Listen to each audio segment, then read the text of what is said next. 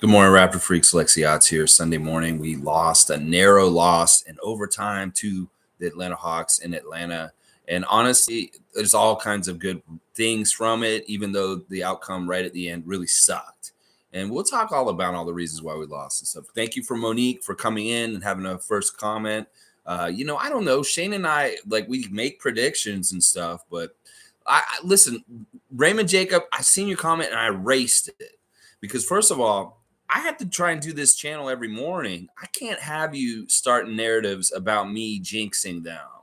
And you use that C word. And that's a big no-no also. I am going to ban that word from this chat. And if you use that word, I give any of the people with wrenches the ability to delete that comment because that word does not exist on the Raptor Freak channel. And also, Raymond, it is not anything to do with me. My ego does not tell me that I put any kind of something on the outcome of this game. This is something that we all need to realize. It doesn't matter if you brush your teeth a certain way. It doesn't matter if you tie your shoes a certain way. It doesn't matter if you do every superstitious thing that you can try and do during the day. That you have no effect on what happens with the team. So realize that. And we're not doing this with me because you don't want to handcuff me from doing the best possible content that I can possibly do on this channel, Raymond, by starting to make me second guess things I'm doing on my channel by saying I'm jinxing them. Now, I did not say anything that was to jinx them in the way that they lost last night. They just lost because they had a defensive lapse a couple times during the game. And unfortunately, Scotty could not elevate and just dunk the damn ball in a moment when he could have that may have really helped us win. So we can break down all the different little spots where we actually lost the game. But it ain't got nothing to do with the man that you're looking at right now on the camera. So let's not start this narrative because it's not fair, first of all. And just because I see stuff and I talk about it in the morning when I predict and preview the games, doesn't mean I have anything to do with actually what really happens on the court. So listen, I'm not going to put up with that because I don't want you to build that narrative because I don't want to be second guessing anything, even if you are the one who just thinks that. So, yeah, I'm not going that direction, Raymond, especially if you use the C word. All right. That's why I deleted your comment, bro, because I saw that C word. It wasn't anything else. All right, let's see. Logical saying salute, real ones, Project Truth always, moving day. So I will be listening. All right, Mike, be careful and use your legs, not your back. Try and lift with your legs. It's very important. Don't know about an internet setup might be a day. All right, well, take a break off. I saw you drop the 2-hour thing yesterday, and I'll get to it. I'm gonna maybe watch it today, if not in the next couple days. Nameless is here. Good to see Nameless. The game was decided with that outrageous 3 Trae made to bring them to 2 in the fourth. If Scotty jams that layup at the buzzer instead of a layup, that's a game. Yeah, both of those things were very important parts of how the game ended. That Trae Young 3 was very deep. It was very half court, and it was a very, very much a momentum starter for them to getting towards winning the game. Like, we did not do a good job holding off their offensive barrage at the end of the game. There were a couple of different times during the game where they were doing things down low that I did not like. And it was really kind of at the beginning of the game and when at the beginning of the half, after second half, Wancho in the lineup was okay for certain things, but he really shouldn't have been the center because he was not sealing out people down low. If you're going to start Wancho, Nick, you're going to need to put another one of those guys next to him like that. And that's what you did. But Thaddeus wasn't really playing the center at times. You were putting Wancho in the center kind of defensive stuff, and he was getting eaten alive down low. He's not a good defensive center. He's a very good at shooting threes and moving without the ball and doing different things like that, but he's not a good defensive player down low as far as a low post center. And whenever he was out there and we were kind of running him at center, it was a real big problem. Now, we saw a difference when, people like Koloko and Kem came in. They really did. Like, Koloko saved us to a degree last night at a certain point. Atlanta, we couldn't stop the bleeding. We had a really hard time cutting their water off. And Koloko's presence being out there in the second half was absolutely essential to trying to help with this. Now, I would have loved to seen Kem Birch more in the second half because I feel like maybe he could have been more of that presence also. But Koloko was doing fine. But that was a real big problem in the Atlanta game was that they were getting too much easy stuff near the basket for certain periods of the time and started getting easy, good feelings. We could not stymie Trae Young and DeJounte like we did here in Toronto on Halloween. So it was a very interesting kind of like matchup because they were pretty much full strength. They were missing their six-man shooter off the bench, and that's it. Meanwhile, we're missing Pascal Siakam, Precious, Otto, Delano, Gary, a big list, Justin Champagnie. And that's what Dominique said in the broadcast for the Atlanta Hawks last night. He said, we are really lucky that we're not having to face Pascal Siakam right now because he absolutely kills our team.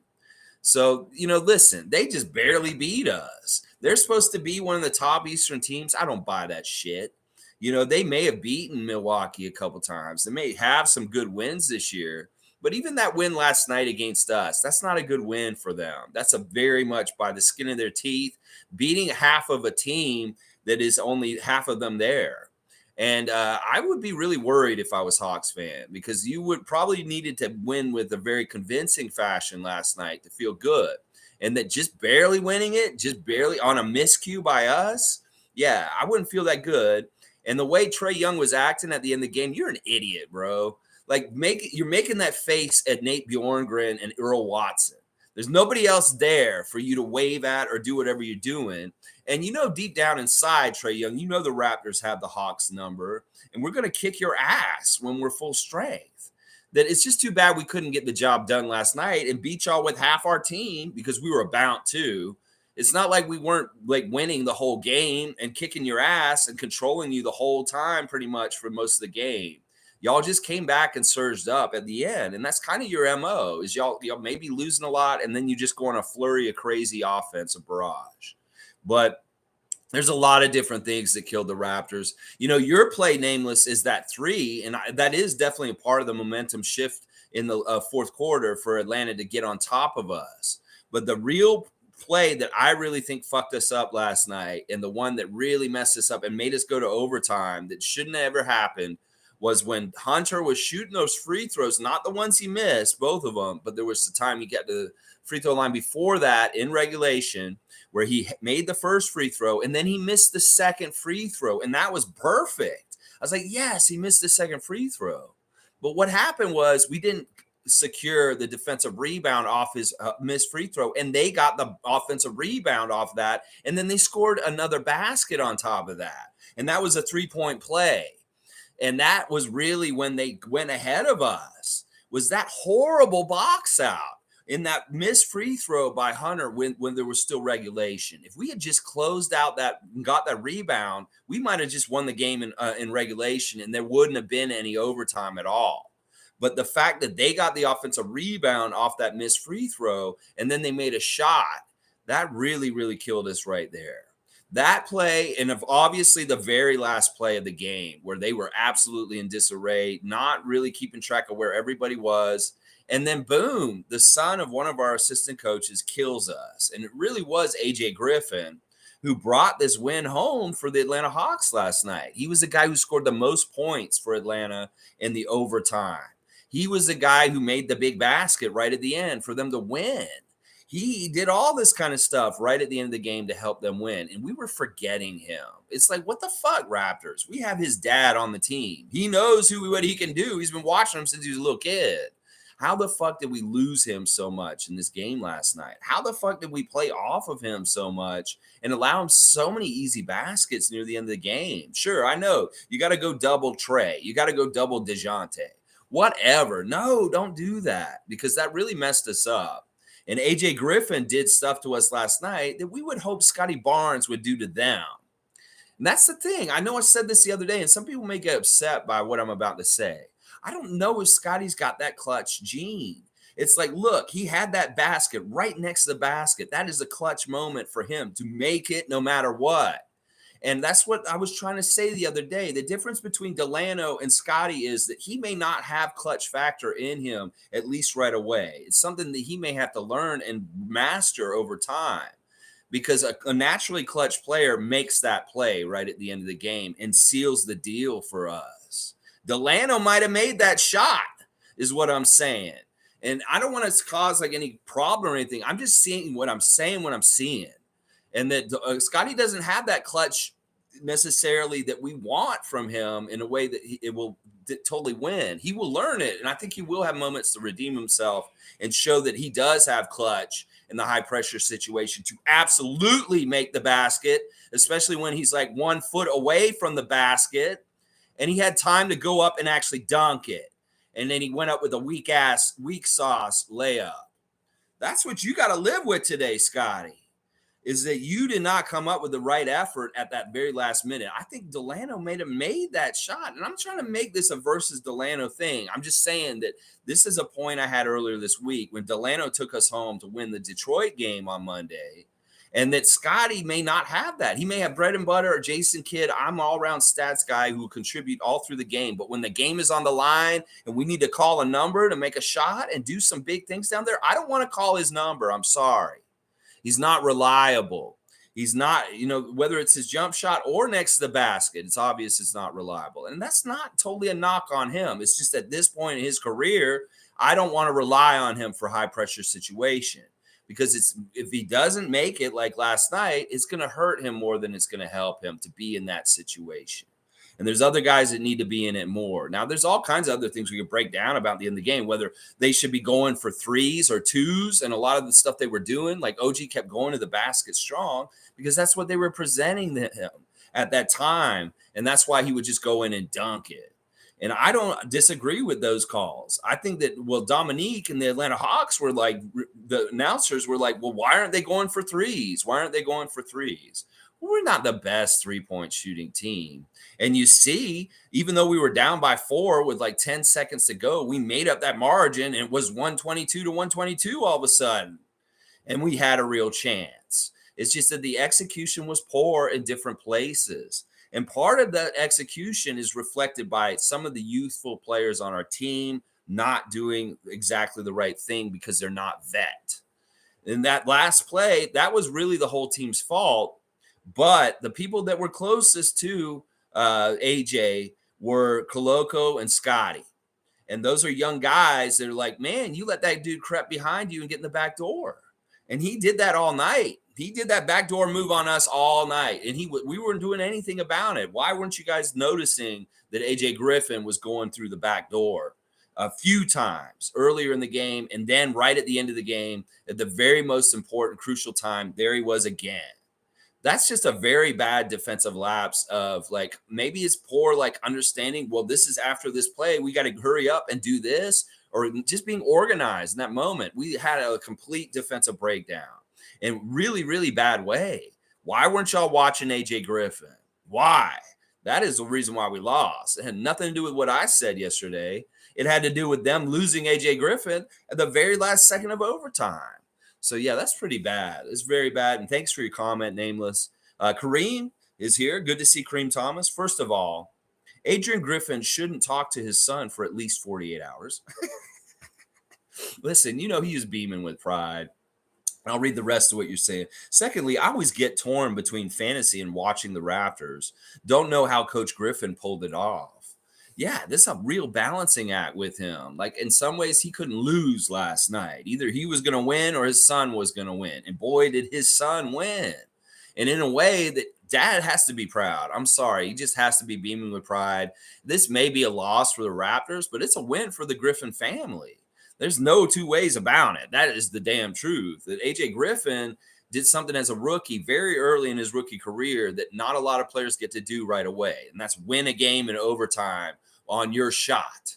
And that's fantastic for him. In fact, I was really impressed with him last night. He showed a knack for going to the back door and sneaking in there and getting easy points. And then also he's hitting key shots, very key shots. And he was the one we were leaving to go double other people.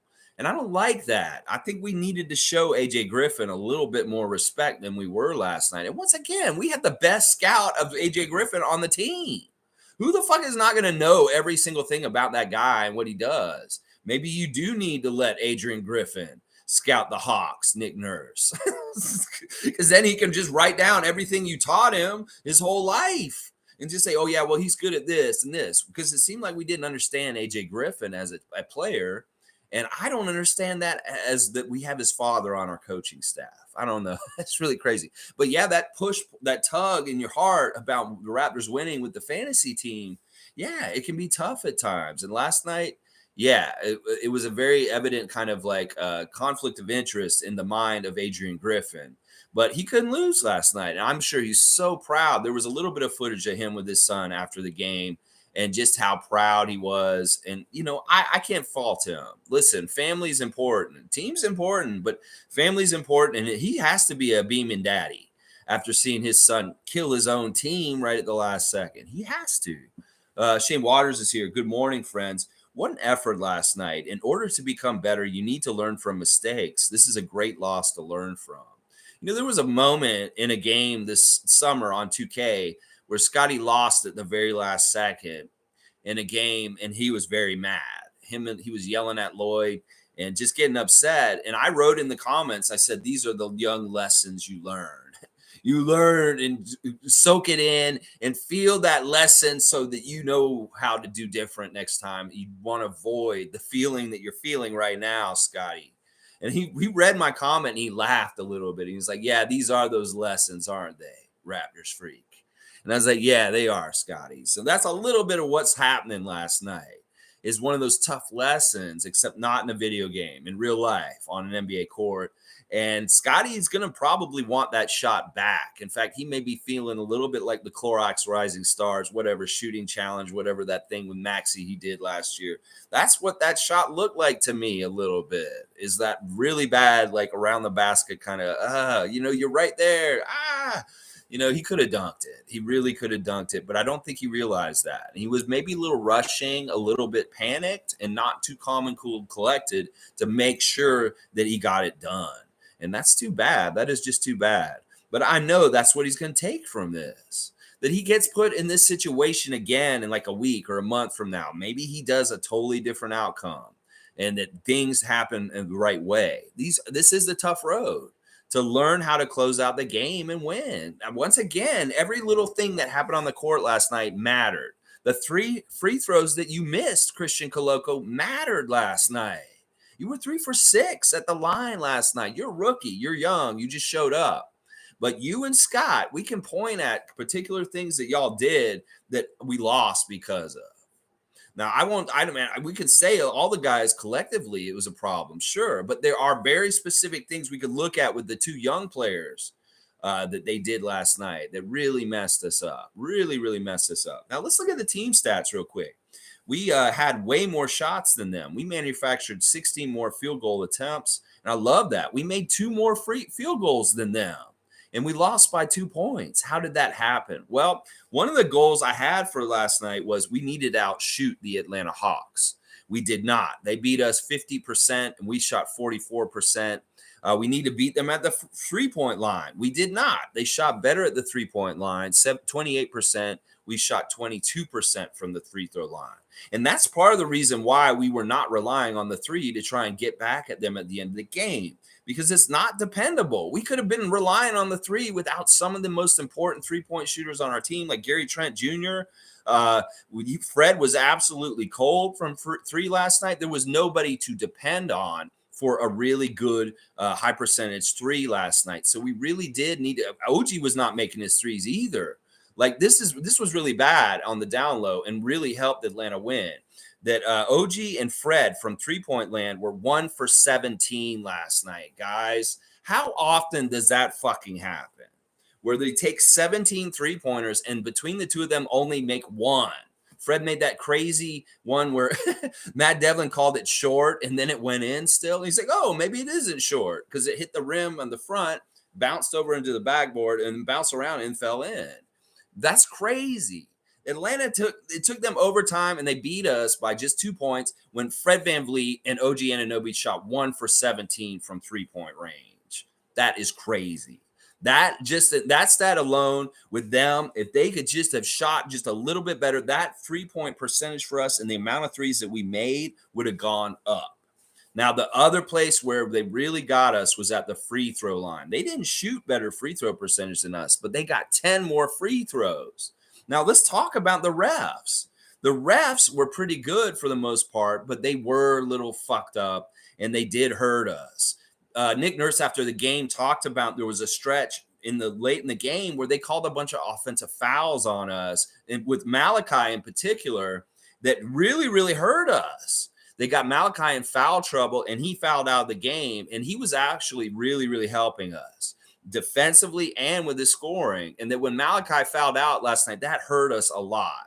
Thad was great, and he came in and he did like vet kind of stuff. In fact, Thad was an amazing player last night. I gave him the first star for the game last night because he started early really well. He scored really well. He was doing everything out there, whether it was offensive rebounding and putback shots. He was making nice passes. He was just really, really good. 9 of 12 from the field, 9 rebounds, 3 offensive, 4 assists, 4 steals by Thad, and 18 points. He was my number 1 star of the game last night. He just was really, really good all around.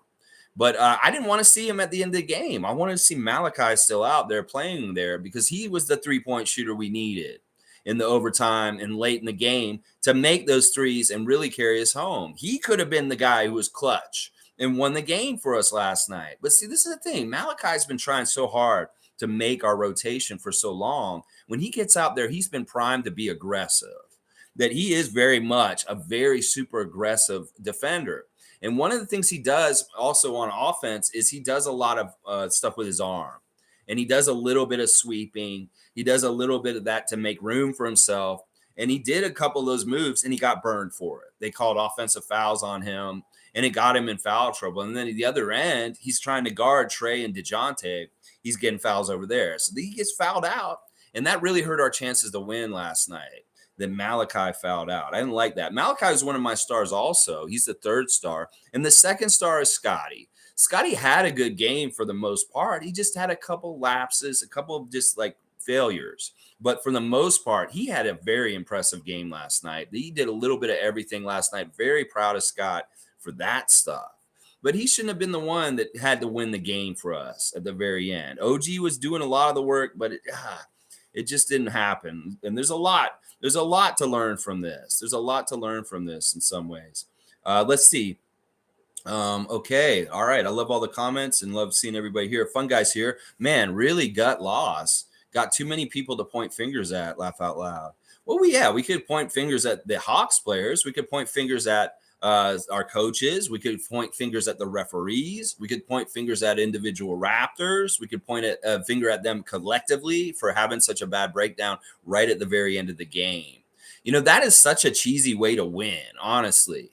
That's not like you went up against a tough competition. You just got like a really easy lay-in because we fucked up and had a brain fart.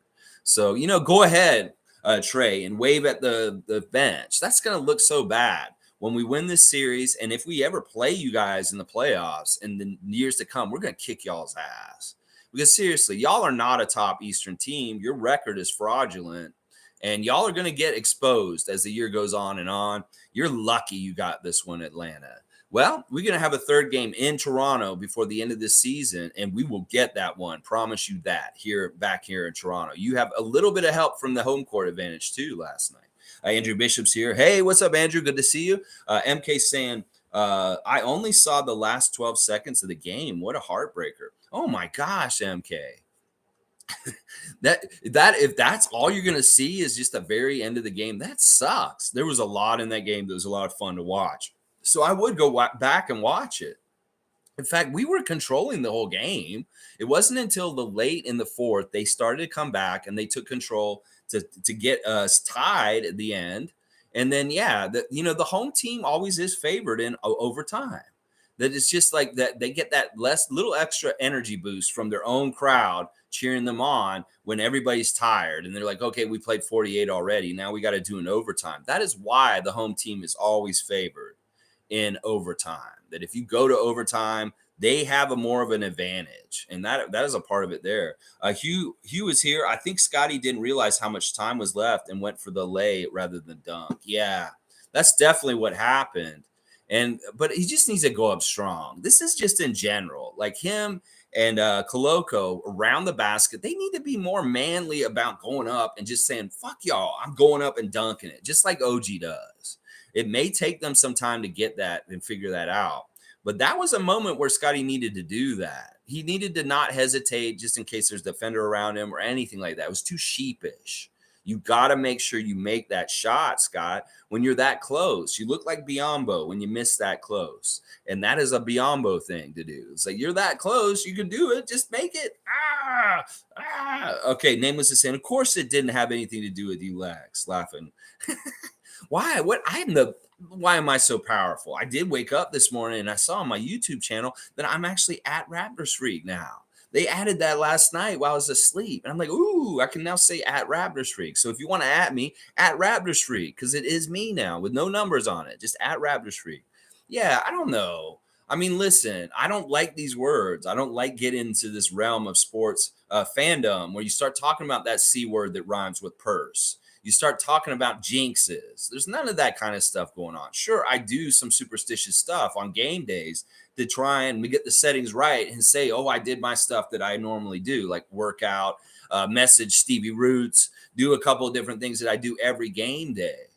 But no, I can't take this pressure. If you want me to do this channel correctly, you cannot be telling me that I'm jinxing the team. That's just how it's got to be. Forgetful saying, hit the like button. It's a vote for rationality. Thank you, Forgetful. I know I'm actually a little bit disillusioned at times, or maybe a little far-fetched, but I try to be as rational as possible, I guess. Thank you. I appreciate that, Forgetful. G here. Good to see G. We lost because we were down 7 players and 8 when Flynn fouled out and they were healthy. That's how I see it. Raps had it and made mistakes for sure, but no one person is to blame, in my opinion. For sure. It's a cumulative. It's everything that happened over the whole entire course of the game. You can look at different stuff, like that stupid ass technical that Fred got, where he threw the ball at the thing. Ben Taylor gave him a technical, and that is not a normal technical. Usually the guys can kind of just throw it off there. If they don't say anything, it's not a big deal. Well, I guess they don't want them doing that anymore. Because in some ways, what the refs do is like they change the rules from year to year. And they may be like, okay, that was okay last year, but this year we don't like it anymore. Tech. And it's like sometimes the players don't exactly know where that line is that they're trying to draw with how the new rule is, with what they'll allow and what they won't. And then it's kind of like testing by just getting a technical out of the blue. In some ways, I don't agree with this because they have to pay money for the technicals. I think they're like $2,000 each at this point. So it's like, why are you making Fred pay $2,000 just for slinging the ball a little bit, where that was a totally fine play all last year? Guys could do that kind of stuff and it wasn't a big deal.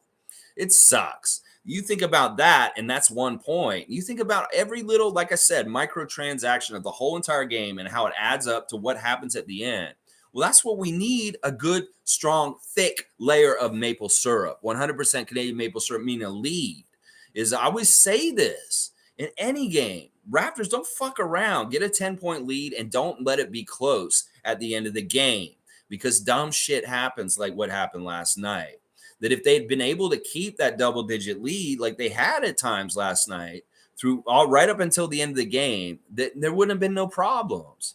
But they let them come back and get more involved. And that big 3 from midcourt almost that was mentioned earlier is exactly part of that momentum shift. And we just needed that we needed that layer of maple syrup, just a little bit of a lead to carry us home, and we didn't have it. And that's part of managing the end of the game. So it's tough. It is tough. And yeah, G's right. We're missing so much personnel. We got this. In some ways, it's not that we got a W last night. It sucks. We didn't. But in some ways we did, because we have so many good players missing and they just barely beat us. They're not a good team. Seriously, I'm not going to respect them, especially since Trae Young's disrespecting us. And he really doesn't have a leg to stand on by doing what he did at the end of the night. And once again, you look at the picture of him doing it, and it's ridiculous. There's no Raptors there. You see coaches, and he's doing this at them or something like that. I don't know what the fuck he did. He's a little idiot. Let's just put it that way. All right, Isaac's saying, yes, G, 100%. Yeah, I mean, this is easy for us as Raptors Nation to say, look, we didn't have Pascal, we didn't have Precious, we didn't have Gary Trent, we didn't have Justin Champagnie, we didn't have Otto Porter Jr., we didn't have Chris Boucher. You know, how many Delano Banton, how many fucking people do I have to name and say, like, oh my gosh, look how many we were missing. G says he wants the Hawks in the playoffs. Ooh, that would be fun. wouldn't it, G? Like, I would get the rotisserie grill out and I would defeather that motherfucker and put that thing in there just like it would be at Boston Market. Yeah, the restaurant or something like Swiss Chalet. Let's put that rotisserie on with that little hawk in there. Cook them up real good and eat them for lunch. Yeah, I want them too, G. I'm with you. Shane's saying, I would have jumped off the bench and knocked Trae the fuck out. Shane, you're awesome, man. You're a real one. West Coast Raptor freaks representing. Yeah, I don't know. That probably would have caused way more problems. You know, this incident that happened in Philadelphia with Montrez Harrel and Giannis has really gotten people divided in some ways. Like, who is at fault with this? I want y'all to chime in on the Giannis, Montrez, Harrel, Philadelphia after game shenanigans from the other night. And tell me how y'all feel about that incident, because I do want to talk about this today. I found out some stuff about it. Let's see. Nameless is saying, of course, Lex had nothing to do with the outcome. Forget about that free throw, rebound, totally true. Okay, everybody, therapy class is now in session. Well, listen, it's an easy one tonight. We can all see that this game was that close with that many people missing. Look, obviously, we don't have to feel totally bad about this game last night. Seriously, like there are some moral victories. We hate moral victories. We just want the W, but it is what it is. And, you know, there's learning experiences from it for our younger players. I think that last night, Christian and Scotty in particular got some good learning from a loss last night. And that is good. That'll help us in the long run. And hopefully this will be something like Scotty's like, yeah, I don't want to ever fucking miss something that close ever again at that point in the game. And he may really think that. Good morning to Monique, superfan Monique Lawrence. Good to see you. MK saying good morning to you also. G saying, in all fairness, Scotty hit 2 buzzer beaters last night. You know, that's true. You know, you're right, G. He did hit that 3 at the end of the first quarter. It was amazing. What was the other one, though? You mean like at the end of a 24-second shot or something like that? He was doing very well last night. That's what I'm saying. He's the second star for me in the game. He didn't shoot super well. He shot a lot of shots last night, y'all. He shot 29 shots last night and only made 11. That's not the best shooting percentage. I'm going to tell you that right now. 11 for 29. He was very high volume, but not totally efficient. 4 for 8 from three-point land. And that was really important and good last night. In fact, him and Malachi were the only 2 Raptors that made a three-pointer last night. And how often is that only 2 of the Raptors make threes the whole night? And those were the 2 guys that we only had 7 threes, and 4 of them were by Scott and 3 of them were by Malachi. And then meanwhile, we're looking at 0 for 2 from Thad, 0 for 3 by Juancho, 0 for 6 by Anunoby, 0 for 1 by Koloko. Well, we don't really care about that. And then 1 for 11 for Fred VanVleet. That's just really bad three-point shooting. And that if we had shot better at the three-point line in any kind of way last night, Gary Trent Jr., we would have actually had an easy win last night. That it was even with us having such shitty three-point shooting. So we just had a little bit of better three-point shooting. We would have won last night. We really would have. All right, let's see. I'm a fun guy. It's more crazy because we've seen Scotty in that play 100 times, and he always dunks it. And last night he goes for a layup. Really sad. Yeah, and we saw that really aggressive. And once again, Scotty had a very nice dunk where he took the ball down the lane and threw it down on John Collins. John Collins is the latest victim of a posterization by young SB4. And I love it. I love it. That was such a cool, emphatic dunk. Similar to the Vucevic one, not as much power in it, but still very impressive that he got up there and he kind of dunked it on one of them. Let's see. Louis here. Good to see Louis. Louis, back I said last week, we're just average this year. Louis, we are just average with all of our injuries. When we get all our guys back, look out, Louis. And that's not the attitude we have. We are not an average team. We're going to be a top Eastern Conference team. I predict still top 4. And that we will be up there. It's not like we're that far off from it. And we are an above 500 team still. Listen, you think that you look at last night and say that we're an average team. That's not a very informed opinion, is what I'll say. You got to understand everything with all the settings of the game last night. And the fact that Atlanta's pretty much full strength and they're playing their asses off, and that's how much it takes for them to beat us, I'd say they're pretty average. How about that, Louis? The Atlanta Hawks are better for your statement. I think you should say I said last week the Raptors were average, but I think the Atlanta Hawks are more average. That's a more truthful statement. Let's just put it that way. G saying half a Raps team almost beat the Hawks. Do not think the Raps are average. If Raps were healthy playing a depleted Hawks team, what do you think the result would have been? Like Halloween? It would have been just as scary for them as Halloween, Count Floyd. Ooh! Yeah, we would have blown them out last night if we had even like maybe 2 or 3 of the guys that we had injured. I'd say we had 2 of them. We had Precious, Delano, and Gary. We would have blown them out last night. We had just Pascal last night. We would have blown them out last night. So yeah, thank you, G, for setting Louis straight. Yeah, Louis, you're wrong. Louis,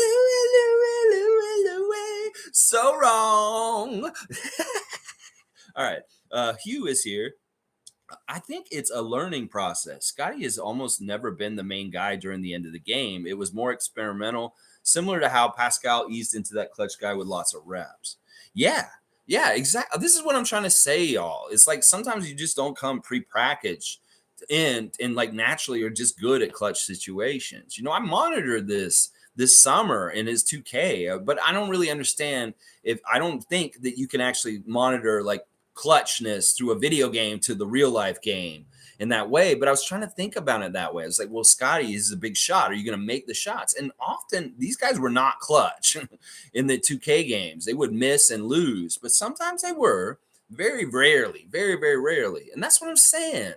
Jason Kidd was not a clutch player in this league. He was not expected to hit big threes at the end of the game. He's not expected to post somebody down low or make any points at the end of the game to carry teams home. But he was an incredible player.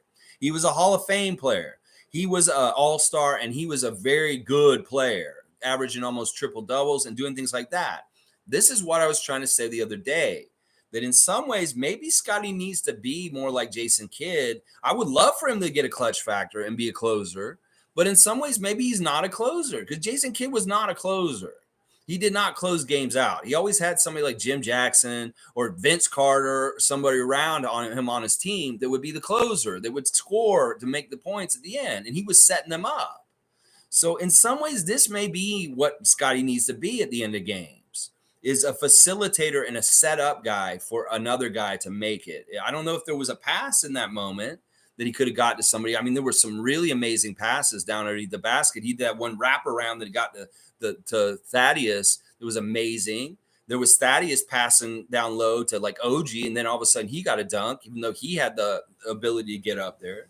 You know, there was one play that I really didn't agree with that Thad did. He passed up a 3 to pass it in down underneath where he was wide open with the 3. And Dominique called him on it. He said, why didn't Thad shoot the 3 at that moment? And I agree with Dominique at that point. He may not be the best 3-point shooter, but at that moment, that was the open shot. And that would have been a huge dagger if Thad had just shot it instead of going for another shot. So there's all kinds of woulda, coulda, shoulda we could talk about last night.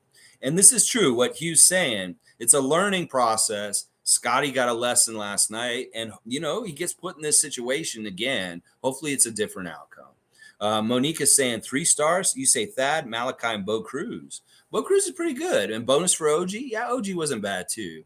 You know, Juancho was really good offensively in different ways, but some of the stuff he did on defense I wasn't too happy with.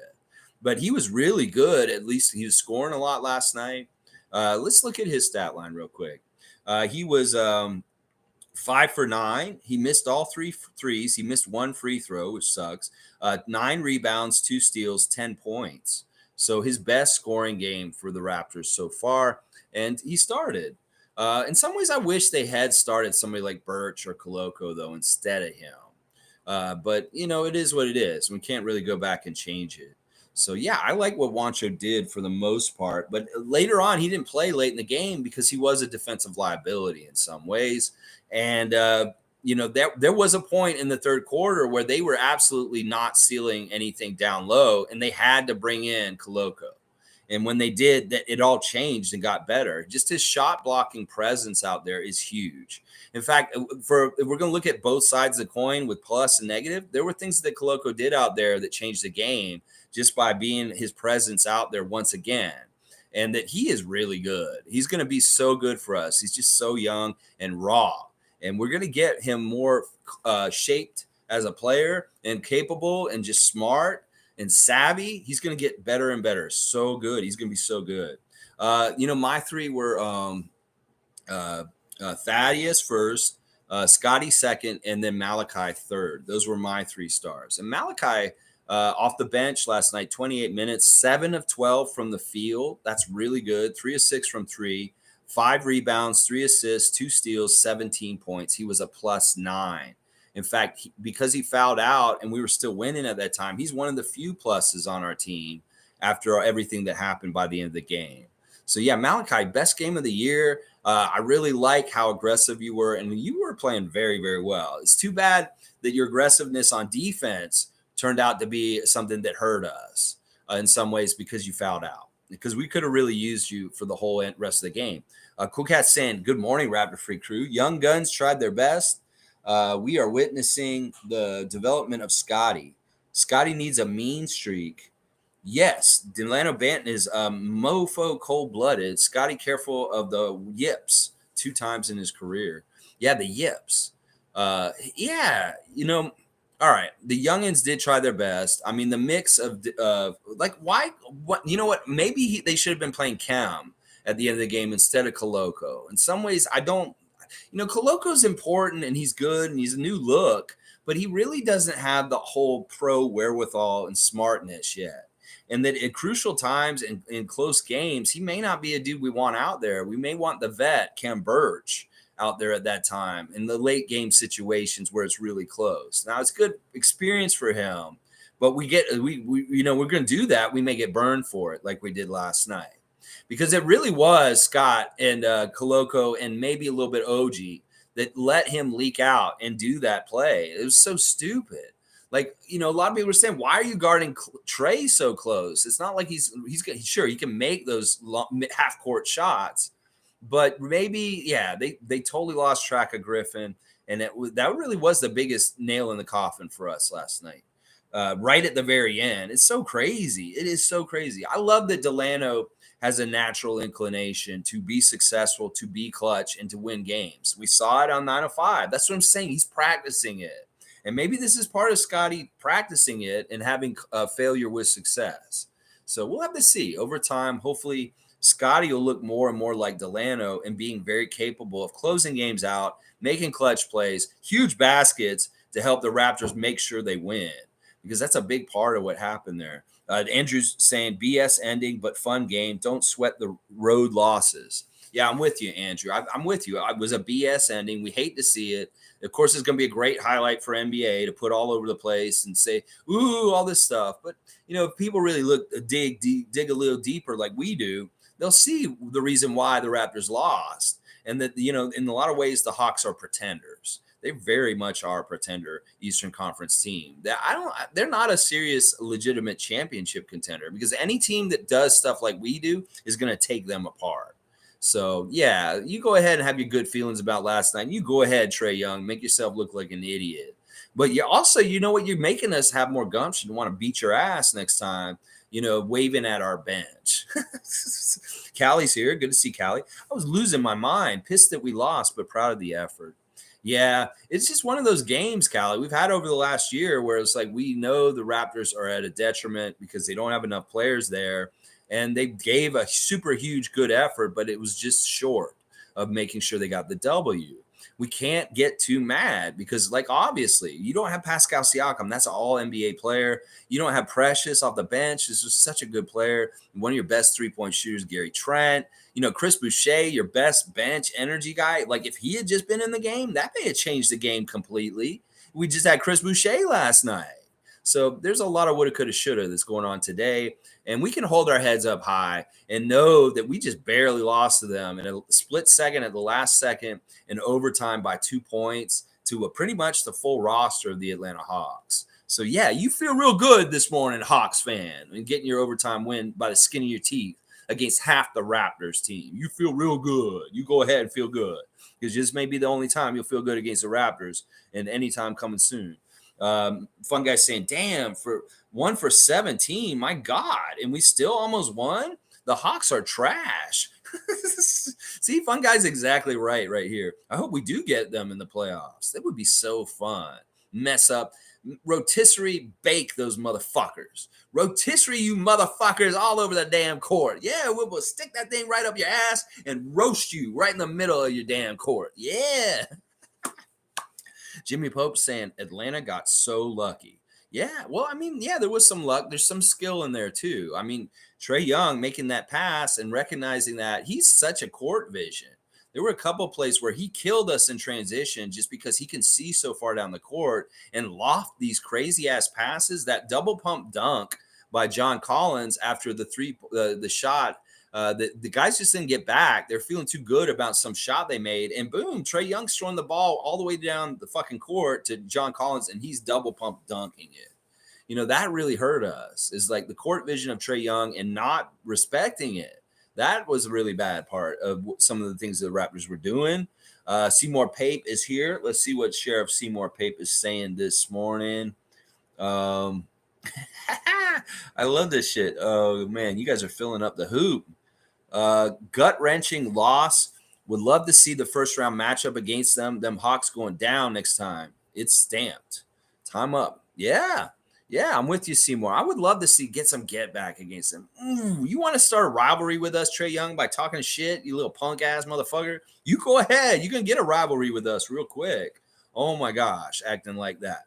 Nameless is saying Thad Young needs a game star. Best game I've seen Thad play in a Raptors uniform, in my opinion. Yeah, he was number one for me. I put him number one on my 3 stars for last night. I thought about making Scotty the number 1 star, but I thought that the failings at the end just kind of took away from it. But Scotty overall was so good last night. He had one of his best games as a pro last night. He was 1 assist away from a triple-double. If he just got 1 more assist, one of those guys like maybe Fred or OG had hit one of those 16 threes that they missed, I'll bet you one of them were from Scotty, and he would have had 10 assists and a triple-double last night, 28 points, 11 rebounds, and 9 assists for Scotty last night. 1 steal, 2 blocks, filling up the stat sheet.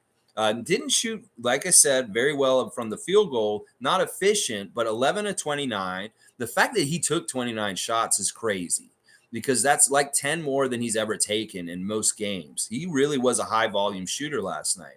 And I do like that he was one of the guys who was perfect at the line. That was so crucial and important for us to possibly win this game.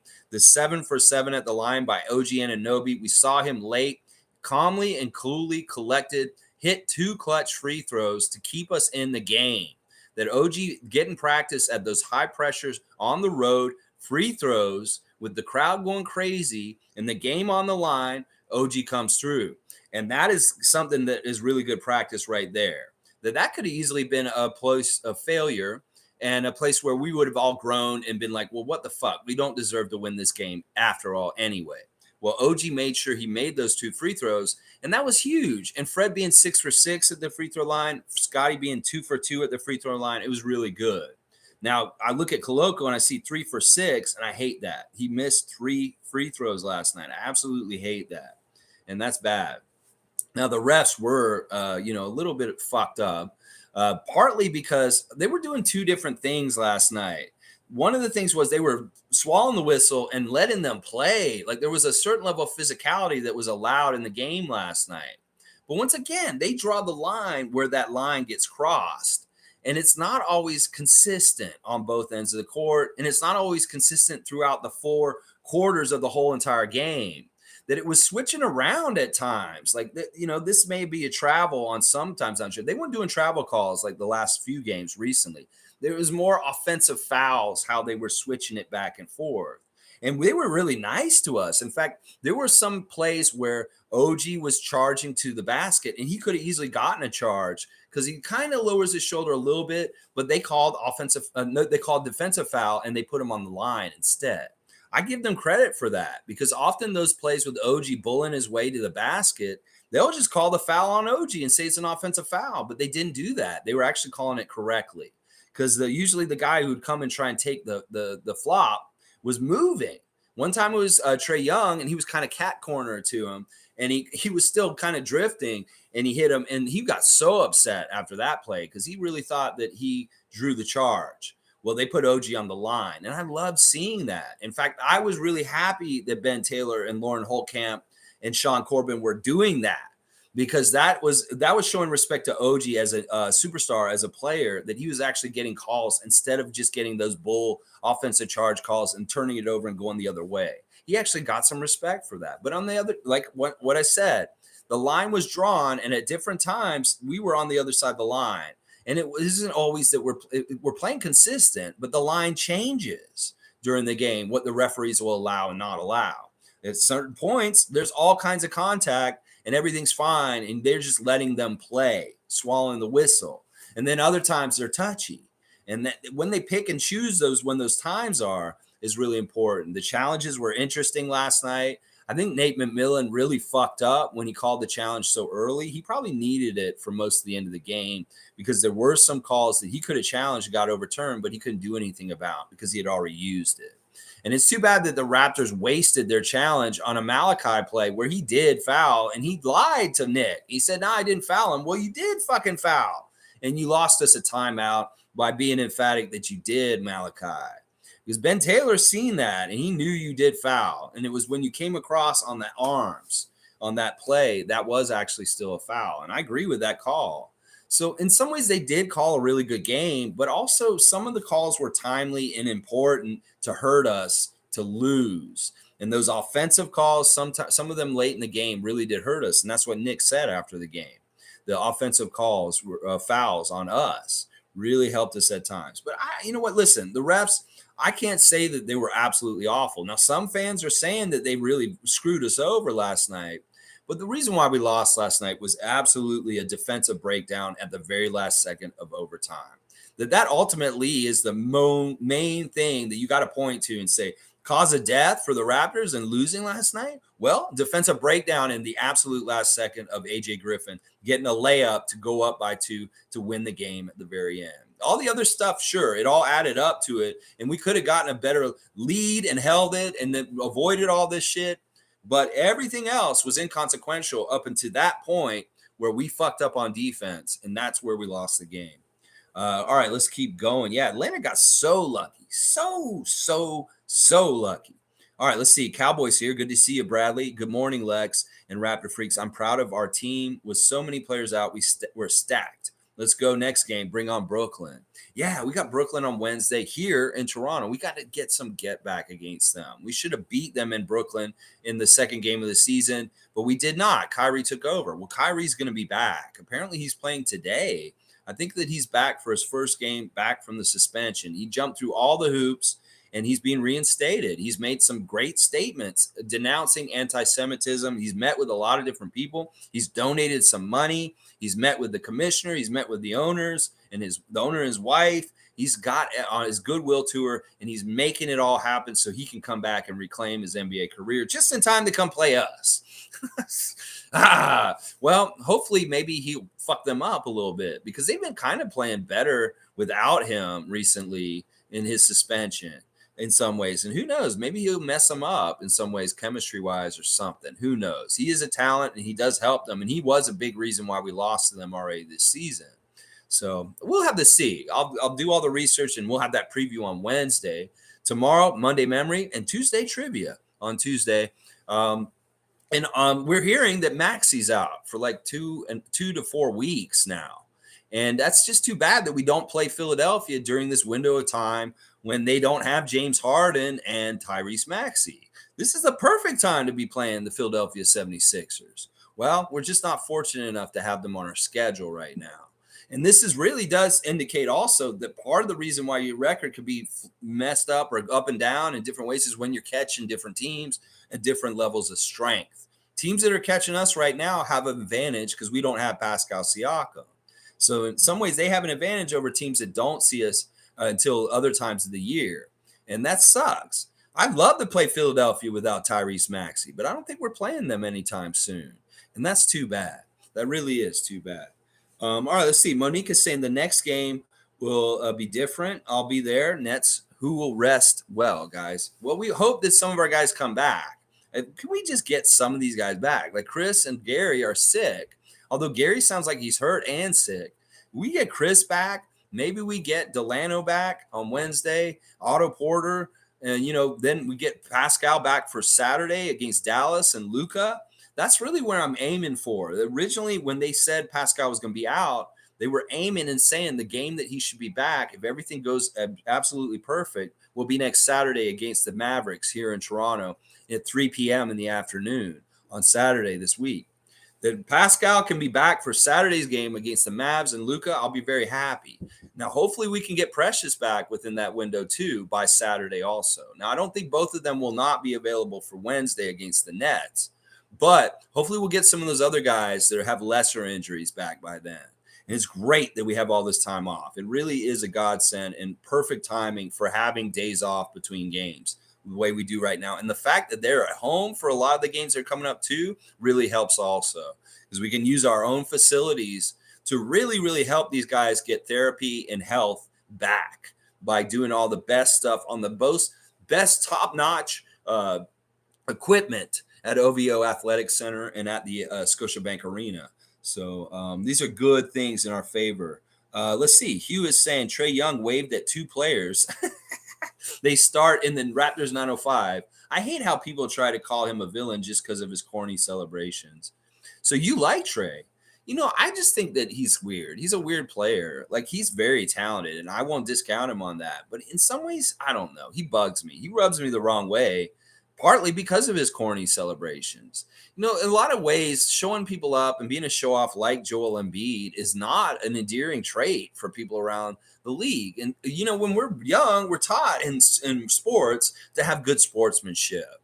And when Joel Embiid does an airplane or Trae Young does something like he did last night, that flies in the face of like things that we were taught as children in sports to be a good sport.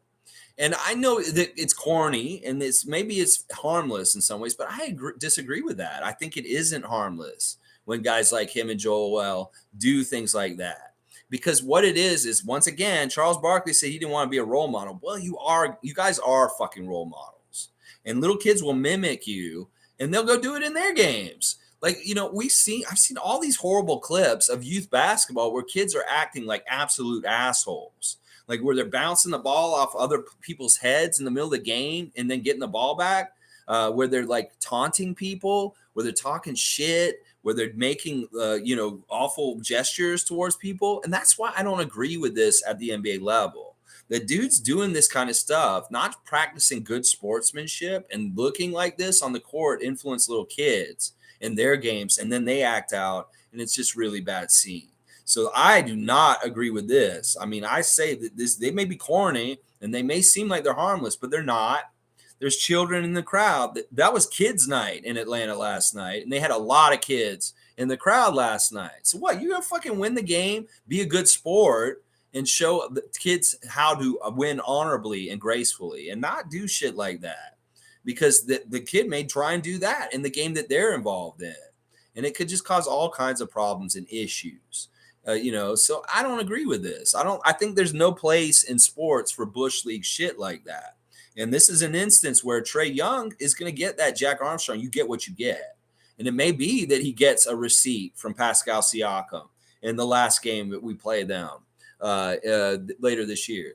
It could be that we don't forget about him doing that little move at the end and that he's going to get a receipt in January when we play them the last game that we play them.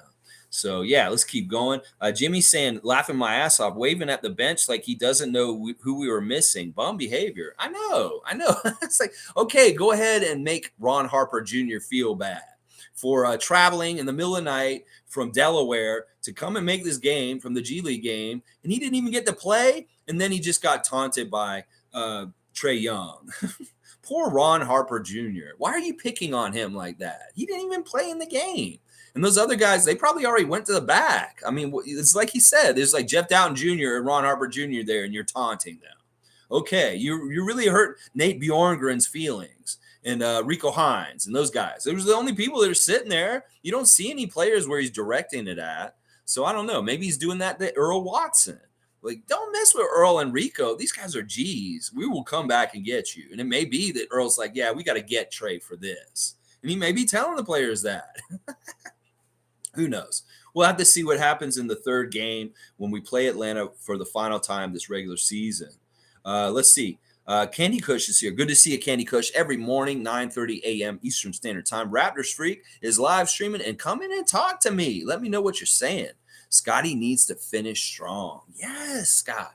Yes, Scott. If you could have that moment back in all kinds of different ways, I'm sure you would do it a whole different kind of way. You realize this and that. Sometimes, in those plays, you got to just kind of premeditate. Like, all right, this is how much time's on the clock. I can get this much time. I can get this done in this amount of time. And really think about it that way and be ready, because that's really part of what looked like at the end of the game in different situations, that we were not executing or ready and having lapses, whether it's the defense at the very end or just a lapse in offense of being smart and just getting the ball in the hoop.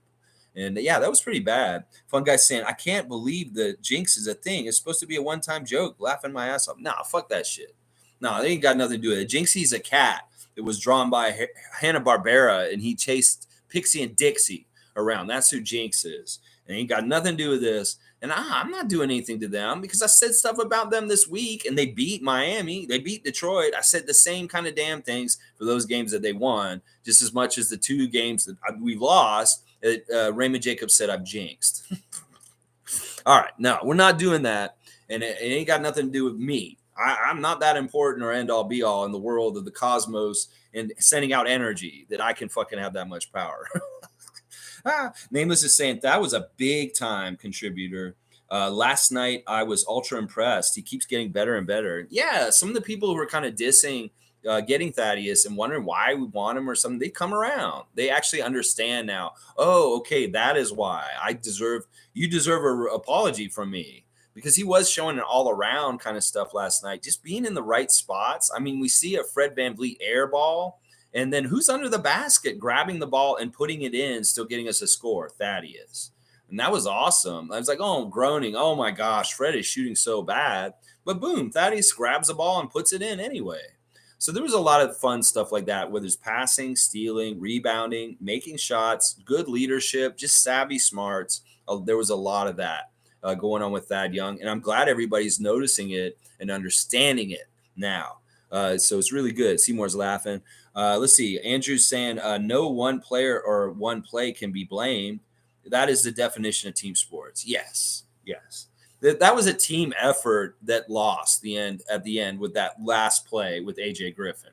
That's just a blown coverage. That's just that's basically like on a football field, a wide receiver getting past the DBs.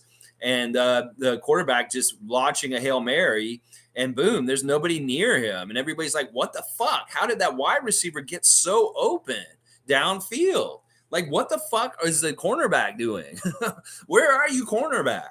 And that's where I was wondering last night. Where the fuck was the cornerback that was supposed to be guarding AJ Griffin in the last second of overtime last night? Let's see. Canadian Cowboys saying average. Still laughing at Louis. And another thing, OG is the only tanking we are doing this year. He's a beast. He plays like a running back. Let's go. I love that. All right, we're going to change the word tank to mean this is the body frame of OG Anunoby, and he is a tank going to the basket, and you cannot stop him. He is rolling, and you cannot stop him. And it's true. He is very unstoppable this year in a couple of different ways, and he's so aggressive. The way he attacks the rim this year is so fun. It is so fun. And I loved hearing the Hawks announcers give him some credit. They're like, this OG kid is really coming up, and he's very much an underrated player in the league that people are not talking about him enough. Dominique is so cool. In fact, he's one of the announce teams that I really enjoy listening to is the Hawks announcers, because Dominique Wilkins is a bona fide badass from the NBA and the things that he did. And he's really a fair announcer. And he was very, very glowing about our Raptors team in all kinds of ways. He loves Fred. He thinks Fred is so good. He's talking about how he really respects and likes Fred VanVleet, especially because of his journey and being undrafted and getting to everything that he's done. If somebody understands something like that, Dominique's been in the league. He understands seeing guys on his team that came from that kind of background. And he understands that kind of fire that's in an undrafted player. So, yeah, because he played with Moses Malone, who was, out of high school, although he was drafted. But was he? No, maybe he wasn't drafted. I don't remember. Maybe he was ABA. But anyway, Dominique calling the game is very fair, and they're very non-biased. Like, they want the Hawks to win, obviously. but they do talk about the other team in glowing ways, unlike some announce crews around. So I really appreciate Mr. Wilkins giving some respect and talking us up a bit in the broadcast for the Hawks last night. He really didn't have to do that, and he was. And he really did make it clear also that we were undermanned, and this is not the normal Raptors team.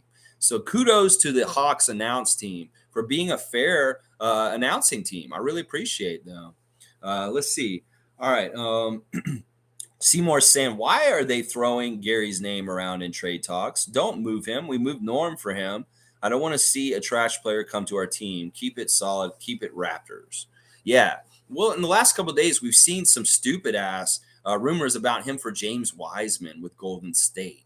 And I don't even know where this comes from. This comes out from somebody's ass. Like, they could literally be sitting on the toilet making business there, and they're like, light bulb. Oh, I'm pooped.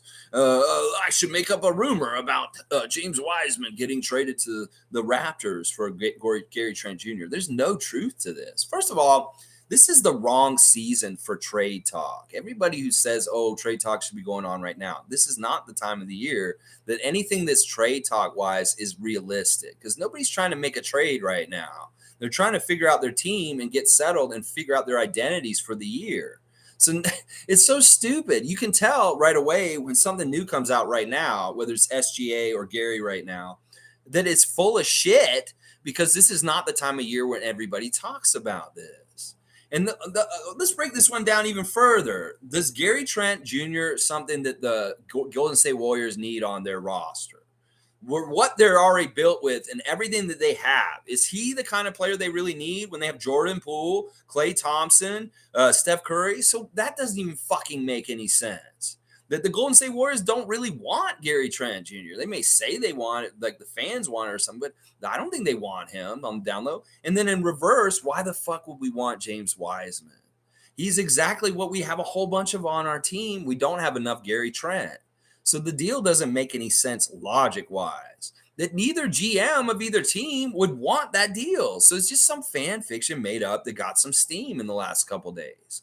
And then some idiots on Facebook and social media want to push it forward and put it out there even more. And that's why we hear about this Gary Trent for James Wiseman bullshit. It's because one person came up with a dumbass idea on the toilet, and then they say, okay, I'm going to put it out there. And then other idiots carry it around and put it more out there. There's no truth in any of the stuff that they're talking about between Golden State and Toronto with this trade rumor. There is absolutely none. In fact, you can look at it in an objective way like I just did and realize that it doesn't even make sense.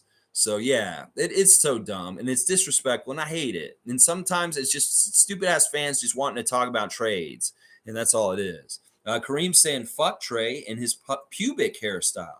I almost said public hairstyle. And I was like, everybody has a public hairstyle. If they go out in public, that's their hairstyle. But I'm like, oh, wait, he missed a letter, and that's pubic. And that means his hair looks like his crotch.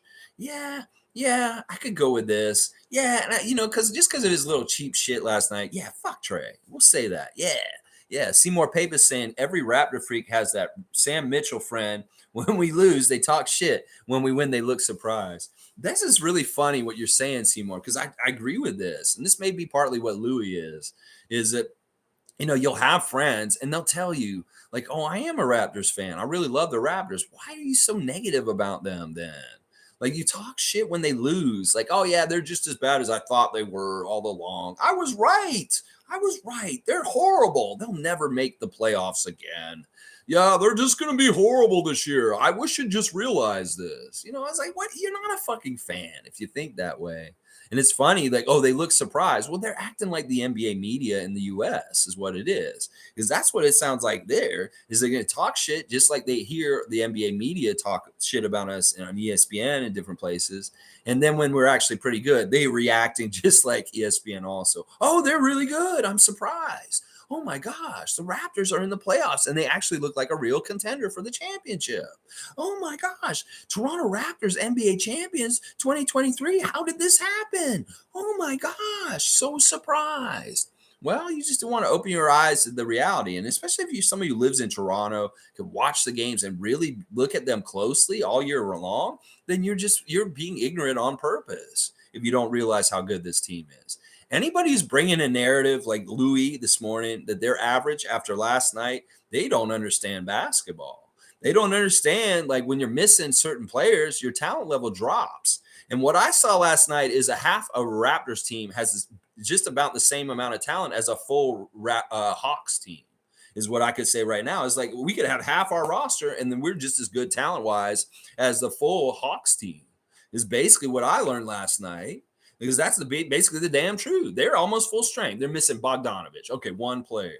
We're missing like 8 players, and we still lose by 2 points in overtime. That's like half the Raptors versus the full strength Hawks is about equal. So you look at the power rankings that way.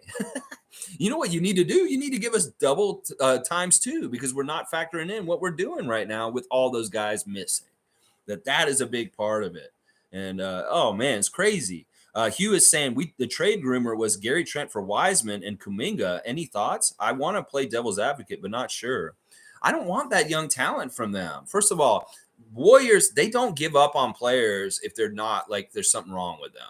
And Wiseman has had a weird journey with them for a while. He should have been good at this point, and then he got hurt, and then he's had to be down in the G League, and he's kind of bounced around. And if they're already throwing their hands up and giving up on him, why would we want to fucking get him, is what I'm saying. It's like, listen, we want to be a caliber team like the Warriors. We don't want their cast-offs. And if they're fucking not happy with Kuminga or Wiseman and how they're developing as a young player, well, we got our own young players we're trying to develop here, and we don't need them. It's not like we need a center. We got Koloko now. It's not like we need more power forwards. Oh my gosh, we got so many power forwards on our team. So it doesn't make any sense to me why anybody would want those 2 guys on our team, because we're good. We got those kind of guys on our team already. And I like the ones that we're developing already. Those guys have been inconsistent for the Warriors, and that's part of the reason why they're trying to talk about moving them. This very well could be a Warriors fan who's much like a Toronto fan that's like, I'm sick of Gary being inconsistent, so I'm gonna put him in a bunch of trade talks. Well, it could be a Warriors fan on the other side saying, I'm so sick of James Wiseman being inconsistent and Kuminga, and I want to put them in trade talks out there and just putting it out there. That very much could be the phenomenon that we're talking about with those names in particular being out there. That there's fan nations on both sides that are like, oh, he's inconsistent or he's not showing up. You know, there's some Raptor fans that feel that way about Gary. So they have no problem putting this on blast because they maybe want the deal. Well, those guys coming the other way are just as inconsistent, and I don't want them on our team. I'd much rather have Scotty and Delano and, Precious and Koloko. These young players are the guys we're developing. We don't want to develop Warriors busted-ass projects that aren't working. So that's the way I feel about this. And maybe you see some value in getting those 2 guys, but I don't. They're cast-offs from Warriors. They're not good enough to be on the Warriors. Why the fuck should they be good enough to be on the Raptors, is what I'll say. G saying for Scotty, the one they called goaltending at the end of one of the quarters, believe it was him. Yeah, that at the end of the quarter. That's right. That was the other buzzer beater, was that he made he shot a shot and they blocked it, and it was a goaltend, and he got points on that one also. So those were the 2 buzzer beaters you're talking about, G. Yeah. There were a little bit of fishy plays that were could have gone either way, and may have added points or taken points away from us in different places. Like I said, that technical foul on Fred was fucked up, and that was an extra point for Atlanta at that time. So there's a really little microtransactions throughout the game that really could have affected the game and made it more wide open for us to win, or it could have been closer and they could have beaten us even by more. Is like every little thing that happens in the game adds up to the outcome. And we got to really understand this. Like, it's something that seems innocuous at the very beginning of the game, like Koloko just missing a free throw, it may actually really come back to bite us in the ass by the end of the game. So that's the way these guys got to think, is like they got to make the winning plays at every second of the whole entire game, because the winning plays will add up to the win. And if they're not making all the winning plays and there's some failure in different places, that'll add up to them possibly losing. So, yeah, it's all important. Every single little thing that happens on the court. Seymour saying, Hugh, that is interesting, but damn. Yeah, I'm not with it. I'm with the people in this chat that are like, we don't like moving our guys. We are developing our guys. We stick with them. We don't want to jerk them around. You know, Gary is a part of this team, and he's valued, and we like Gary a lot. He may have slumped recently, but there's going to be a time when he rises up again, and everybody's going to be like, oh, I'm fucking so glad we got Gary Trent on this team. Trust me. Nameless saying Harrel is totally at fault. Mind your goddamn business, A-Hall. All right, this is where we're going to talk about Giannis and Montrez Harrel in Philadelphia on Friday night. After the game, they lost. Very close game. Joel Embiid was a punk ass. He did that hockey hit, and then he flopped like a big goof. And then Giannis is frustrated because he just lost to the Sixers, and he hates that. And what Giannis does after the game is apparently he missed some free throws in the game that were really crucial, and that's part of the reason why the Bucks lost to the Sixers on Friday night. So what he wanted to do was come out and shoot free throws after the game. And it's not like he wanted to go crazy and shoot for like an hour or anything. He wanted to come out there and shoot 10 free throws at the free throw line and just shoot them and then go back into the locker room, shower, and leave. Well, he's trying to shoot his free throws and he gets to like 7 of the 10, and he's a completionist. You know, these are how NBA players are. They do reps, they do sets. Whether it's a workout or shots or whatever they're doing in their training, is like they have to do the reps. It's like if you're a trainer and you lift weights or something, you're going to do like you're going to set out to do 10 bench presses. You're going to do 7 of them. When you say 10, no, you're going to try and finish your 10. And that's what this is. He wanted to shoot 10 free throws. 10. It's not like he wanted 100. It's not like he wanted 50. He wanted 10 free throws real quick. He got 7 of them in. And then Montrez came over and snatched the ball and said, no, man, this is our court. This is Philadelphia. Get the fuck off our court is basically what he said to him. And there was a little bit of back and forth and an exchange, and it was ugly. It was ugly. Montrez was talking shit to Giannis. He basically was doing that like thug shit where he's like, you all are on my court. This is our home turf, and I will fuck you up. Don't try me. He was talking a little bit like op shit and just kind of like, yeah, you come into my side of town and I'll fuck you up. You know, a little bit of like threatening like gangs would do. He's a little bit being like that kind of guy. And Giannis was like, these are the Antetokounmpo brothers. They came from poverty, and they are foreign. They're from Greece and Africa, and they're like different upbringing than kids here in North America.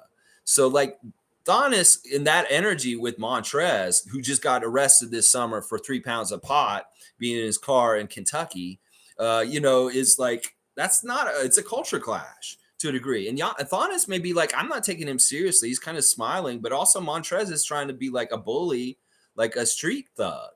And I didn't like that. He was saying some shit to Giannis's brother that's really no place in the NBA. If he had said it in the game with the referees, he would have got tossed. He would have got thrown out of the fucking building. So then they leave and they take all the basketballs, Montrez Harrel and the Philadelphia staffer that's with him. Well, Giannis is just like, I just want to finish my free throws. And I don't think that's an unreasonable request. In fact, I think that there's a rule for NBA teams to allow for teams of the other team, their team, to do after court shoot around a little bit after the game. That, listen, if this is like, oh, you can't do this, you're holding up the team from converting to hockey. Or some people have said that there was a kids' night event that night where kids were supposed to come on the court and take pictures on the center court, and that Giannis was holding it up because he was taking his free throws after the game. Well, I don't know if that's true. But once again, it's not like he's out there forever. He could have shot those 10 free throws probably within 5 minutes and then left. But Montrez felt like taking the ball and going home with it. So Giannis went to the back to get another basketball, and he came back out and he wanted to resume this. By then, they had got the ladder out and they were starting to dismantle the hoop. And, he was like, nah, dude, let me just do this because I really understand this. I'm a completionist in my mind also. Like if I'm listening to a song on the radio, I don't like people that change songs all of a sudden. They'll play half the song and then they'll start another song like halfway through the song. I hate that shit. So if you're going to play a song or you're going to do something like shoot 10 free throws, you want to finish it. And I understand that with him. Maybe it's a little OCD. Maybe it's a little controlling, but that's what he wanted in that moment. He's a nice guy. And they put the ladder back, and that was a little frustrating. He's like, look, I'm telling y'all, I need to do this. So he pushed the ladder to the side. Now it lost its balance and fell over. It looked worse than it was. And he did have a little bit of anger when he pushed it. You could tell. But I don't blame him because basically all he wanted to do was shoot 3 more free throws and walk off the court and leave. Now, people came down on Giannis like he's some sort of prima donna and came after him, but they didn't realize the whole part with Montrez Harrel before. And that's the problem. Like if our court here, if there's opposing players that want to shoot after the game, we allow it. There's a certain period of time before conversions jumps in and starts taking the court up and putting the hockey rink in. And that's okay. In fact, there may be rules in the NBA that you have to allow part of your facility to be available to opposing teams for pre and post after the game in some instances. It's like, if this line of thinking, you're mad at Giannis for using the court. Well, what the fuck? At the beginning of the game, Joel Embiid's at our court shooting for an hour on our court way before the game or even after the game. So they're being hypocrites a little bit about this, Philadelphia, because I've seen them come to our house and shoot baskets after a game. I've seen Joel Embiid sit a game out and not even play. And then after the game, he went out there and got some work in after the game. And nobody had no problem with that here in Toronto. So I think that Philadelphia is fucked up on this. I stand with Giannis, and I think that wasn't unreasonable for him to want to shoot those free throws at the end of the game. There were only 10 of them, and it really was because he shot so poorly on the free throw line and they lost, and he wanted to do some work to fix that. So that's basically my take on what happened with Montrezl Harrell and Giannis Antetokounmpo. Cool Cat saying Team Giannis all the way. Don't mess with his craft. He's successful for a reason. Don't fuck with Giannis. His nice demeanor is not to be disrespected. I'm totally with Cool Cat on this. And listen, Montrez, what the fuck are you doing on your team anyway? Like, what did you do in that game? I think you played like 5 minutes and got 1 point. So who the fuck are you to tell them what this and that and how they are and stuff? So yeah, we are Team Giannis in this one. And people that are coming after Giannis for what happened, it looked bad because of the footage. And of course, we only saw the second part of what happened. We didn't see the earlier part, especially the part with Harrel threatening Giannis's little brother with gang violence, kind of is what he was coming at him with. Click saying Trae Young would never do that stupid shit in Toronto. A courtside fan would fuck him up easy. I don't know if the fans need to be fighting the players, but we would talk shit to him. Oh yeah, and that would be really bad. Yeah, in some ways it was a really bad look. You shouldn't have done it, Trae, because honestly, you didn't win in a convincing way that warranted that. You may have felt good the moment, maybe in that moment you thought it was the right thing to do, but this is gonna come back to haunt you, bro. You fucked up, honestly. You fucked around. Now you're gonna find out. Yeah, you gonna find out. Andrew saying, you tell him, Lex. Haha, yeah. Thank you, Andrew. Monique saying, regardless of the outcome, OG's playing at an all-star level. He is. I didn't pick him as one of my stars last night. Let's look at OG's stat line. Partly because, I don't know, he had 5 turnovers and he shot 10 for 24. And I like him to shoot at least 50%. And him and Scotty were similar in that. They were high volume shooters that didn't make a lot of shots, which I hate. And specifically, OG going 0 for 6 from three-point line really hurt us last night. If OG had just made a couple of those threes, and it's really not like him. He's so precision with his jump shot and the way his fundamentals are right now that going 0 for 6 from three-point range last night is really not normal for him. And in that way, I had to give him a discount for that. The 0 for 6 from 3 and the 5 turnovers really hurt us. Now, otherwise, he got 3 rebounds, 5 assists, 2 steals, 27 points. He was a minus 11. He's also one of the highest minuses on our team. Him and Fred were both the highest minuses, and that has a lot to do with them missing their three-pointers. That's really bad. But, OG is still playing at a superstar level, and we appreciate him, and we do want to push that narrative because I'd like to see OG get on the all-star team this year. I think that he should be on the all-star team this year. Florida Flex is saying, Scotty not dunking, that gave me nightmares last night. Oh, man, we can only imagine what Scott was thinking when he was sleeping last night. I'm sure they stayed in maybe they didn't. I don't know. There's such a short flight from Atlanta back to Toronto. It could be that, and the game was early. So they got out at 9. They probably got on a plane and flied right back to Toronto and were back last night. And now they get to sit around and be here for today, Monday, Tuesday, and they play here on Wednesday. And then they get to take 2 days off, Thursday, Friday, and then they play here again on Saturday. So they're pretty much here in Toronto for a whole week now.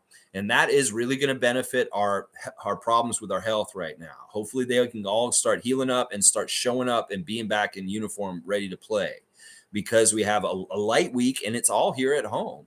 So that's really, really good in that respect. G saying, does any sophomore have the pressure Scotty does? I would say so. Yeah, I would say Cade does. When Cade's healthy, I don't think Evan Mobley does in some ways because he has other guys around him. And in some ways, people would say that too about Scotty.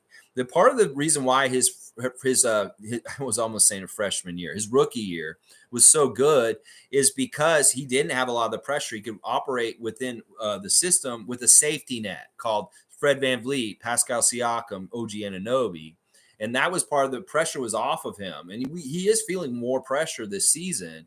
And that is part of the difference between last year and this year for him. Now, I don't think that he has the most pressure. No, I think Cade does. I think Cade is the most pressurized rookie from last year just because he's the point guard, he's the leader, he's the hope and end all be all for the Detroit Pistons franchise. And that he really does have to be the main guy and help them because there's nobody else on that team that's going to do that kind of stuff. So I would say it's Cade.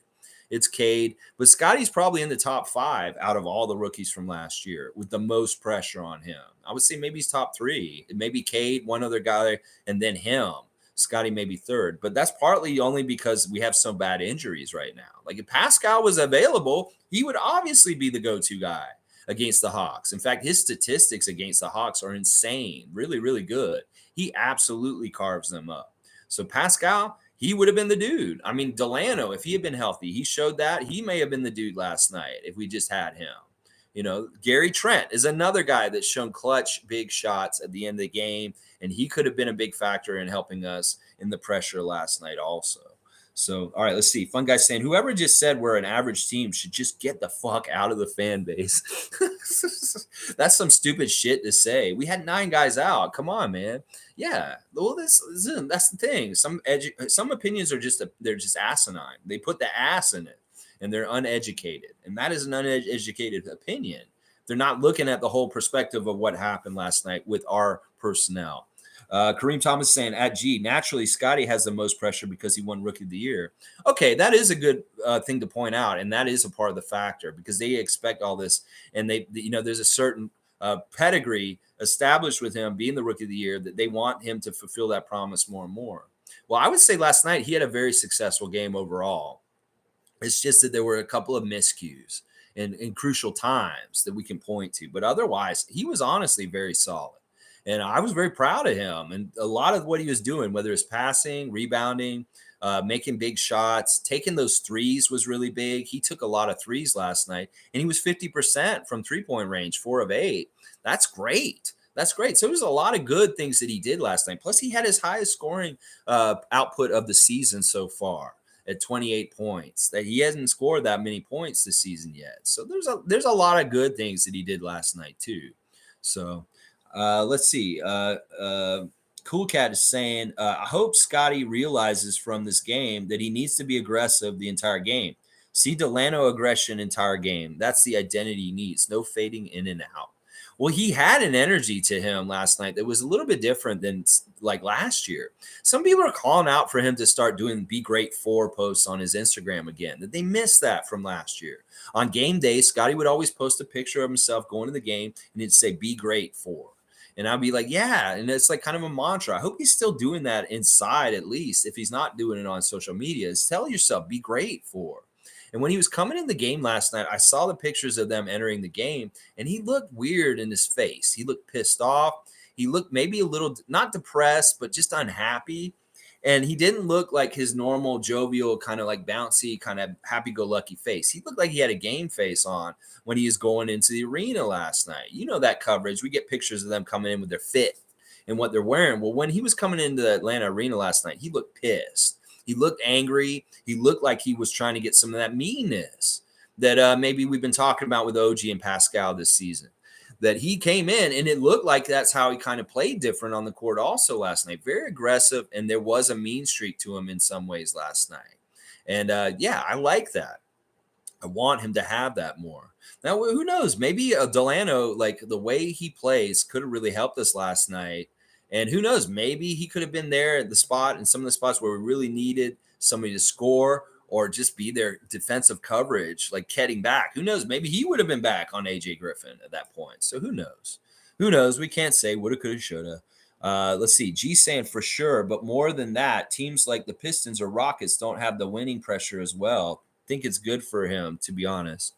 Yeah, that's a good distinction too. It's like the pressure on Detroit as a team is different than the pressure on the Raptors. And even though Cade may be the end-all be-all figurehead for the Pistons, the expectations for their team is a lot different than the ones for our team. And that should be factored in too. I still think it's Cade just because he really has a franchise on his shoulders and what he's trying to do for the Pistons at this point. That there may be other young guys like Jaden Ivey around him, but he really is the figurehead as a number one pick in the entire draft last year. Let's see. Name was saying Monique. That is a great three-star list. Yeah, good stuff. I like Monique's breakdown once again after the game. Very succinct and just really pointing out a lot of important things about the game last night. Check out Monique's takeaways from the game on her Facebook and her Instagram. So if you know Monique Lawrence, follow her on Instagram or become friends with her on Facebook. You get her a great breakdown of the game late at night after the game happens. She points out all kinds of stuff, and you may see some stuff you didn't realize happened in the game. Let's see. Tom Duke is saying he's up for the challenge. Be great for it. Good morning, Raptors. Yes, Tom Duke. You go, Raptors freak, Tom Duke. And yes, we believe in Scotty. We don't doubt him. It's just that we're seeing the evidence as it comes out, and we're just saying this is how things got to be adjusted and have to be done better, whether it's a defensive lapse or just making a bunny basket that needs to be made. Tom Duke saying, go Raptors, good morning. Shane Waters saying, morning, Uncle Tommy. Hope your trip is going well. Bam, bam, bam, bam. Oh, Tom's on the road. I wonder where he is. I hope he's safe. Seymour saying, I bet the refs were jumping with the Hawks in the locker room after this one. Good game, tough loss. I don't know. I don't think so. Like I said, these refs are actually really nice refs to us, and they are very fair refs. I can't say that they were too bad. Like there may be little things that pissed me off that actually did help the Hawks to win, but for the most part, they were pretty fair because they were giving us a lot of calls too. Now, I don't like that there was a free throw discrepancy and that they got to the line way more than us. That is a huge factor in this game last night. But in some ways, I didn't really see them being too out of pocket. In fact, Ben Taylor looked very fair in talking to Nick Nurse, even though Nick Nurse is yelling at him. He's very calm in his demeanor in talking to him. I thought that they ran the game mostly pretty well. And once again, I can't blame the refs for last night. That was just, there's a couple of things we did that just lost us the game. And it's too bad. Tom Duke saying, oh, yes, sir, 100%. Tom Duke being safe on the road. Lolita is saying, I am very bad because every time that the boys in the perimeter, I want a dunk to happen. Stupid, I know. No, I mean, listen, the dunk is a high percentage shot, and we love seeing dunks. They're great highlights, and they can be more powerful because they get the crowd going or they quiet the crowd. You know, if it's here in Toronto, boom, our crowd is going crazy after an amazing dunk. Meanwhile, in another arena, we do a big time dunk, and maybe the crowd goes, "Ooh," and they're kind of like, "Whoa," and stuff like that. We want to quiet crowds on the road, and we want to get our crowd going. And a dunk either way does help that in both scenarios.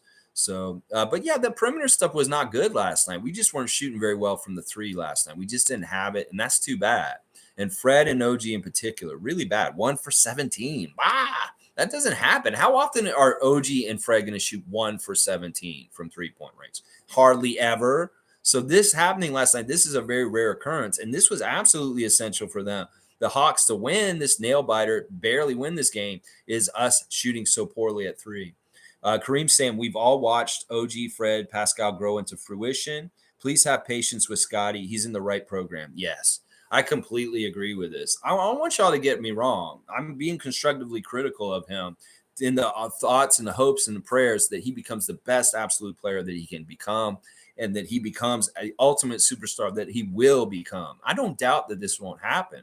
It's just during the growing pains and the lumps and the learning lessons like last night, it's good for us to reiterate them. I know he doesn't need me to point them out. He has a very good understanding of what he could have done differently and stuff like that. It's really, I'm here more to point it out and share the information with all of us in the Raptor Freak family. And I don't want you guys to think that I'm being overly critical of Scotty. I love Scotty. I think he's a great player, and I'm so happy he's on our team. It's just because I do really want him to be so good, I do have some high expectations for him. And I do really, really want him to succeed.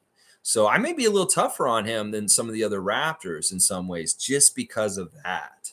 So, and part of it is also my connection with him on Twitch and talking to him all summer is that, you know, in some ways, maybe I do need to hone being able to kind of get insight on him specifically because I may actually get a chance to talk to him about it.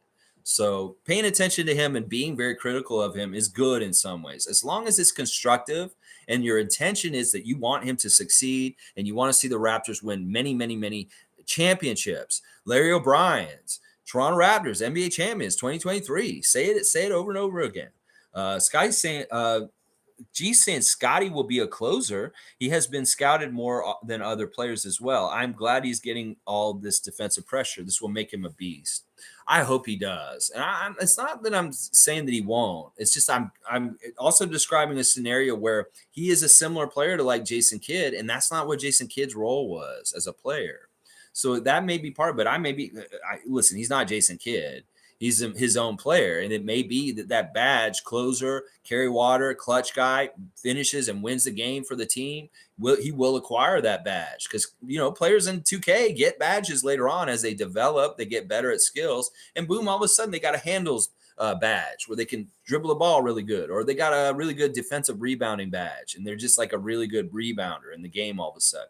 It doesn't just get that automatically. You got to work, and then all of a sudden you get the badge in the game.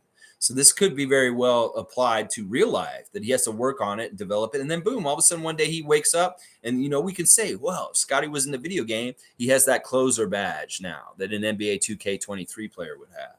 So I think he'll get there too. I don't want you guys to think that I don't think he will, but we also need to be ready if he doesn't. Because if he doesn't become this kind of player, he's just not that kind of dude, then we got to be okay with it and accept it. And we'll just have other pieces around him that'll carry that weight at that time. And he does so much good meat and potato glue stuff all around in all kinds of ways. It may be that he's the guy who's setting up the guys for the big clutch shots instead. And that may be actually more powerful and potent and the best role for him in late game situations. That he draws so much attention that he will just, and he's such a good passer, that maybe that's how we need him to win us games, is he's the playmaker setting up the other player to get the easy basket when we really need the basket. But in that situation last night, that had to be him because he had the ball and it was right there and he was right there at the basket. But in other situations, maybe they set it up. It's like, Scott, you're the playmaker. You're the hub. You're the person that will distribute the ball to the right person in that moment for the clutch shot, but not necessarily the one that takes the clutch shot. I don't know. We'll have to see. This is going to develop over time. And I hope you're exactly right, G, that he is the closer. He's the clutch shot. He's the one who takes water and carries it home and makes sure we got that level up to the higher than the other team and we won. Let's see. Cool Cat saying, I hope Scotty allows the team to develop him psychologically to feel invincible on the court. I know Lakers did that to Kobe. Great lesson for the youngins to concentration for a W every game. Yeah, tough lesson. But yeah, you can't have a lapse of concentration or judgment at the very end of the game. You see how quickly you can lose like that, just like that. That's interesting. I didn't know about that with the Lakers and Kobe. I guess when Kobe came into the league, he was so young that they kind of had to set a tone with him to maybe set him up. But I think Kobe came in Mamba mentality already. Like as a kid, he had it already. And he's a special player that just comes in with that kind of spirit already in him. I don't know if they actually did anything to help him become that with the Lakers, unless you know something about how they developed him. I think that he just came prepackaged, and that's who he is as a person, Kobe Bryant. Scotty's hopefully he's a huge role model for him. I know he loves Kobe a lot. And that hopefully maybe he does look at Kobe and his Mamba mentality and invincible kind of feel around him. And hopefully he can get some of that shine and have that swagger in himself during his NBA career at some point. Yeah, I mean, the confidence with Scott is a little bit up and down. There's some times where you feel like he's not totally confident. And maybe because he sees failure on the court, he's upset. He's just really mad because you do see him react when things kind of go wrong. And he's like upset, like that time when him and Precious hit the ball into the basket by accident last year. He got really upset because it was a fail in that moment. He doesn't like failing. He wants to win at every moment in the game. And when he fails in a moment, he gets upset. Let's see. Nameless is saying, Harrel looking at Giannis like he's got the problem. But Harrel has no idea what it means. Hang on.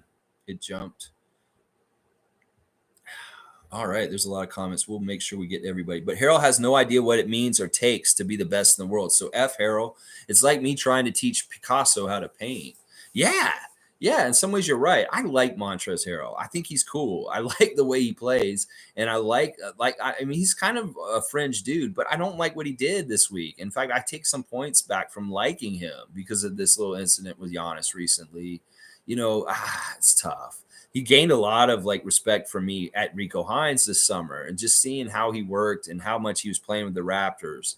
And now at this point, it's kind of Andrew's saying Indiana kids were dancing too. Yeah, yeah, they got some get back. We got to give them too. Halliburton in particular, I think he was doing a little bit of not being a good winner when Indiana got us. But in some ways, I give them a little bit more of a pass because they really haven't had a whole lot to celebrate against the Raptors, the Pacers, in the last couple years.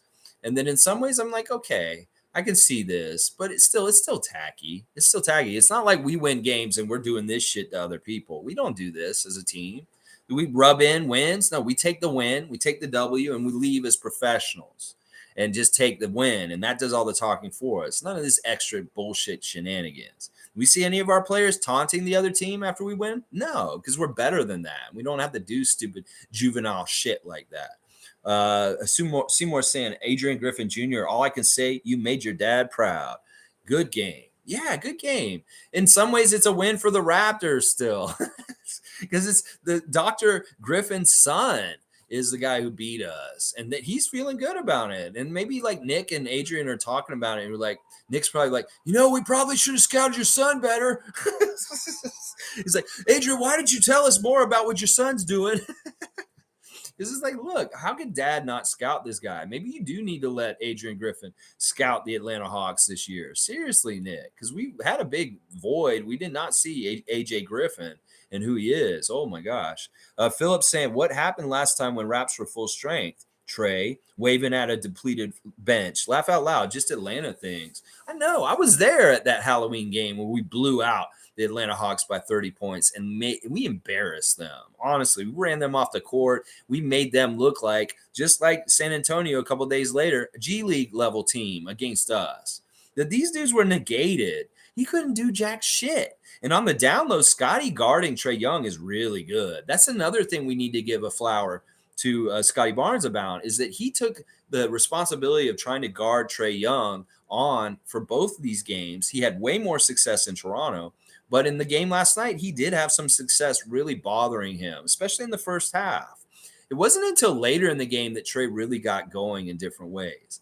And it wasn't really his outside shooting. So we can't say that having the bigger guard like Scott on him was a detriment for him to just get a lot of threes, because he guarded him really well. In fact, we saw Koloko out there guarding him at times. The problem was when he was getting past those big defenders and getting in the lane, he was making circus shots. And shots that nobody else in the league can make. Crazy, like up and unders, coming around and bringing it up and around and going in. There was one shot last night. I said, that's a shot that only an all-star makes, that nobody else in this league makes unless you're an all-star. And there was some of that stuff that Trae was doing last night that he wasn't able to do against us on Halloween. And I think that that's partly because we didn't have all the great defensive players that we have when we're fully healthy, that he was able to operate and do a couple more things just because some personnel was missing. So let's see. Monique saying Ron will get his minutes. I believe you're big on Ron Harper Jr., aren't you, Monique? He could have gotten in last night, but he didn't. He was really just insurance, just in case we needed an extra guy around. Well, he was there just in case. Jeff Dowden didn't barely play in the game last night either. I thought that he was probably somebody that should have played more, because he only got 4 minutes, and he seems like he's playing really good defense lately as a guard.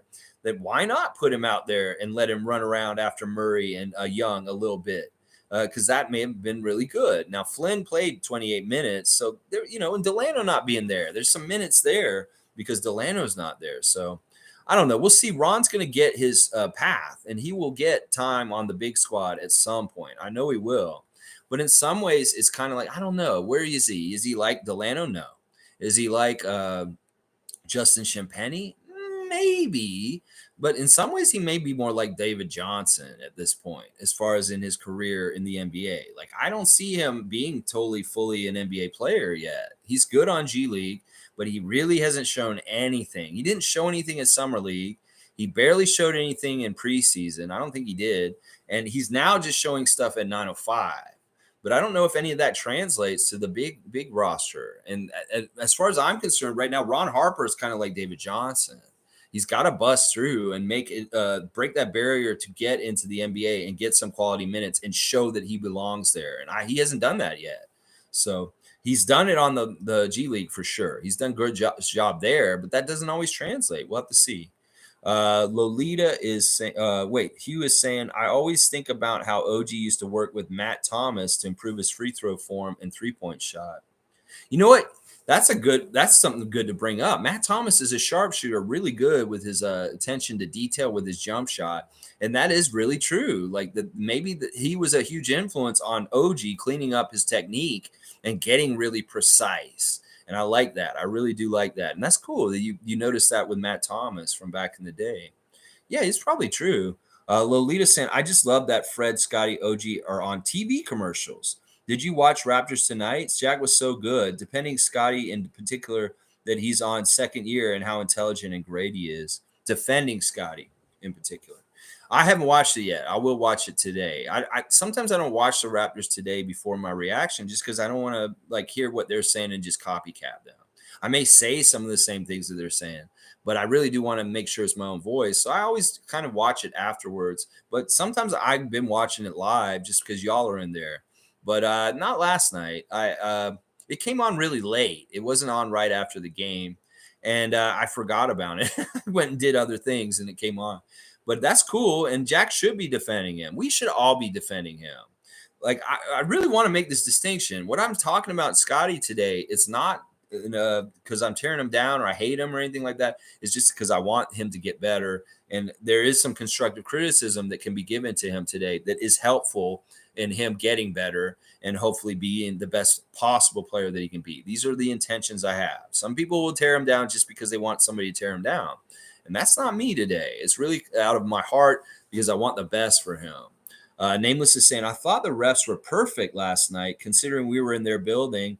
We did not lose because of the refs in any way, shape, or form. Let's not even go there. Yeah, I'm with Nameless on this opinion. There were a little bit of calls that were kind of fishy, but listen, they had fishy calls towards them also. And it's really an important point that they had home court advantage and home cooking, that sometimes the refs will really favor that other team. And I thought they were pretty unbiased in most respects. Now, Nick did kind of talk. He was not happy with them. He was mad at them. He got very angry with them in the second half. And he said after the game, it's because they were calling offensive fouls on us all of a sudden.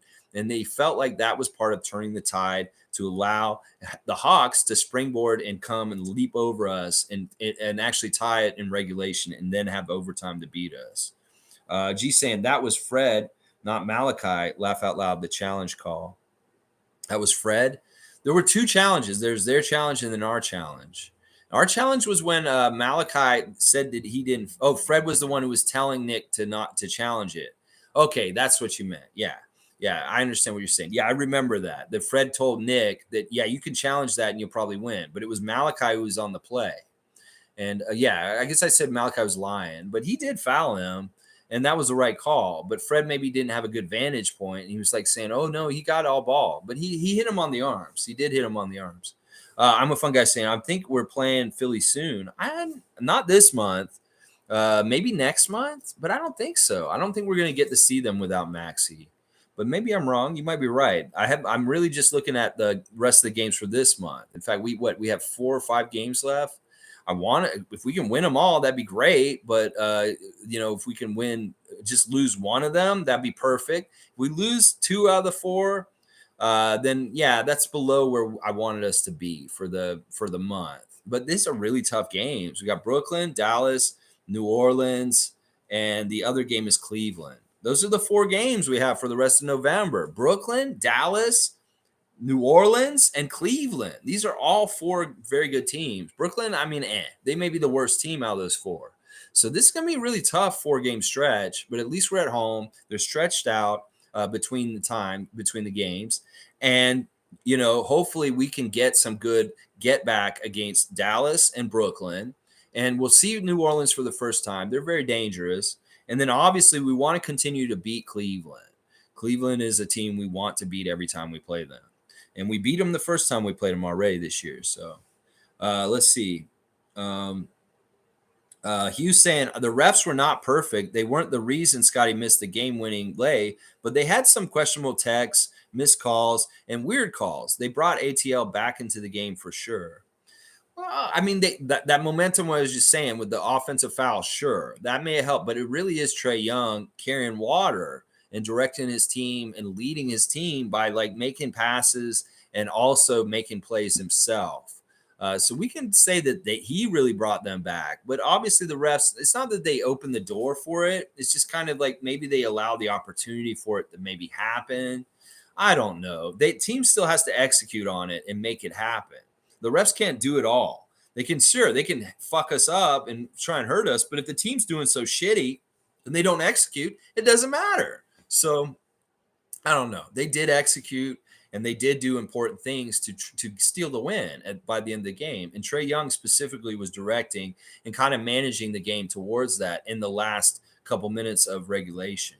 So, yeah, I mean, the questionable tech, sure, I can get behind that. There were a lot of calls that could have been called, but they were just letting them play because they were like, oh, let them play, physical style. We'll swallow the whistles, let them have that kind of play out, and don't worry about it. There's a lot of that, too, last night. Nameless is saying, okay, I say we forgive KYRIE. When people show genuine initiative to reconcile, you must forgive. How many times in your life do you think you've offended someone without even knowing and been forgiven? I forgive him for this incident. I do. I forgave him right away because I could tell this isn't really who he was and that he just got mixed up with a bad crowd and maybe just kind of putting stuff out that he didn't totally realize how damaging it could be. He is very ignorant. If that's one thing that I know about KYRIE, he's an ignorant person. He's ignorant for a while about the earth being flat. He was ignorant about, the vaccine stuff last year, and he was ignorant on this subject. And well, he got taught some things. He's not so ignorant anymore. And that's good. Learning and becoming a better person is always celebrated by me. And yeah, I forgive him for this incident. Now, he still can be a problem in some of the misinformation he puts out there. So let's hopefully in the future we see him being more responsible with what he's putting out there. And that'll be the thing that I want to see, that I'll fully forgive him and really like be happy about him when I see that there's a behavior that's changed. Because a lot of the extra stuff he puts out there and on social media and stuff isn't necessary. It's just a huge distraction for his team. And yeah, I forgive him. I'm with you. And, but some of the stuff he did in the past, I can't totally forgive him for. Like some of the ways he was about the anti-vax. And then, but you know what? I like him as a player. I think he's a very good player. I hate how he kills us sometimes. Let's see. G saying, I'm a little concerned, not gonna lie, that Raps keep getting injuries. I know they play hard, but it seems nonstop. Hopefully ball gods are just getting it out of the way now and will be full strength later. Yeah, this is a real serious concern. This is something like we know is just part of the game. Injuries are going to happen, but it seems like we're getting way more of our fair share than our fair share right now.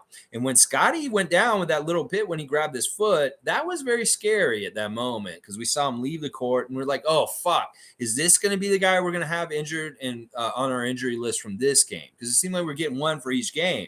Otto this game, Delano this game, Precious this game, Pascal this game.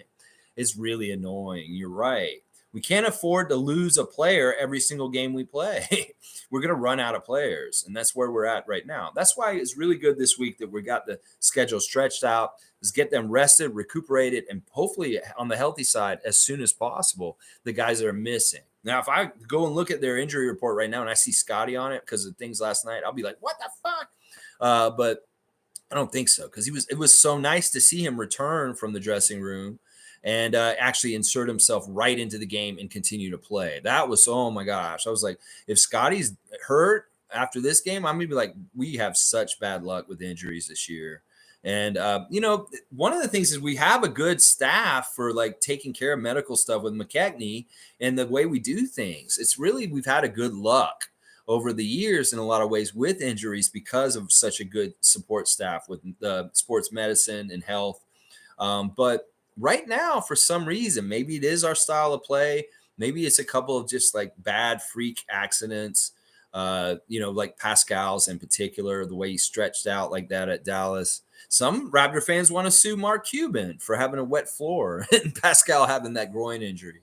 Hopefully this will clear up, and maybe we're just getting our run of injuries out of the way now, and that maybe this will be a good thing. Like, I know that they can be just something that happens willy-nilly whenever, but this could be a good thing if we're going to have an injury stretch that is just this part of the season, and maybe we're really lucky and blessed for the rest of the year. We have most of our guys available when it's really, really like stretch run and very important times like next year in March or April, and we have really good health then.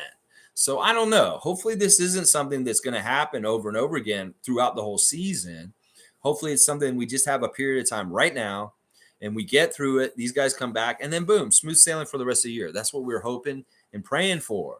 We may say Toronto Raptors NBA champions 2023. Well, we also want to say Toronto Raptors, very healthy team. Everybody's healthy, everybody's safe, and we're going to have everybody okay and healthy for the playoffs and make a deep run. Yeah. So hopefully we'll get them out of the way and have full strength later. That's what we would like. Tom Duke saying, feel the same, G. Destiny, 2023 NBA champions, Toronto Raptors. Thank you, Tom Duke. Shane Waters saying, can't win a championship without luck, G. Getting all the bad luck out of the way now is perfect. Yeah, I hope that's exactly how this happens. Luck is important. Injuries are important for all the equation to get to that Larry O'Brien.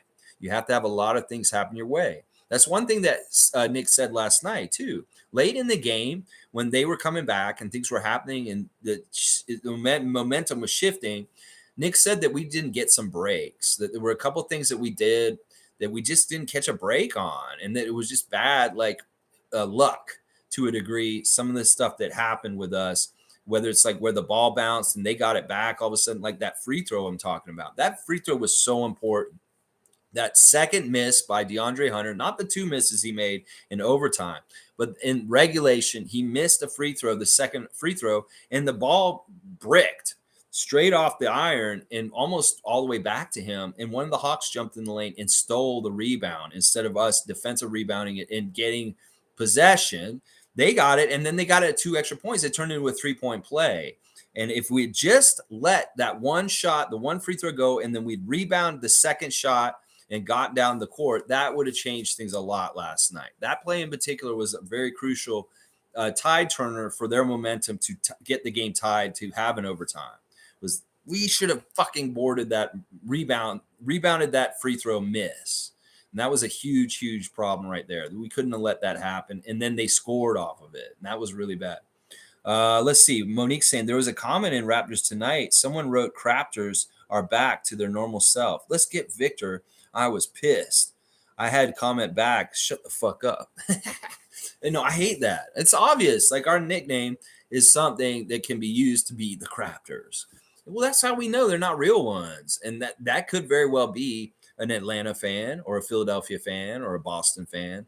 They came in and just wanted to be like a jerk. And they saw how we lost. And they wanted to say that the Craptors are back, which is crazy. Because they're not educated on what's happening presently with the team, with injuries and anything. This is no basis in reality to say that, we're the Craptors like we were years ago. We're really, really bad.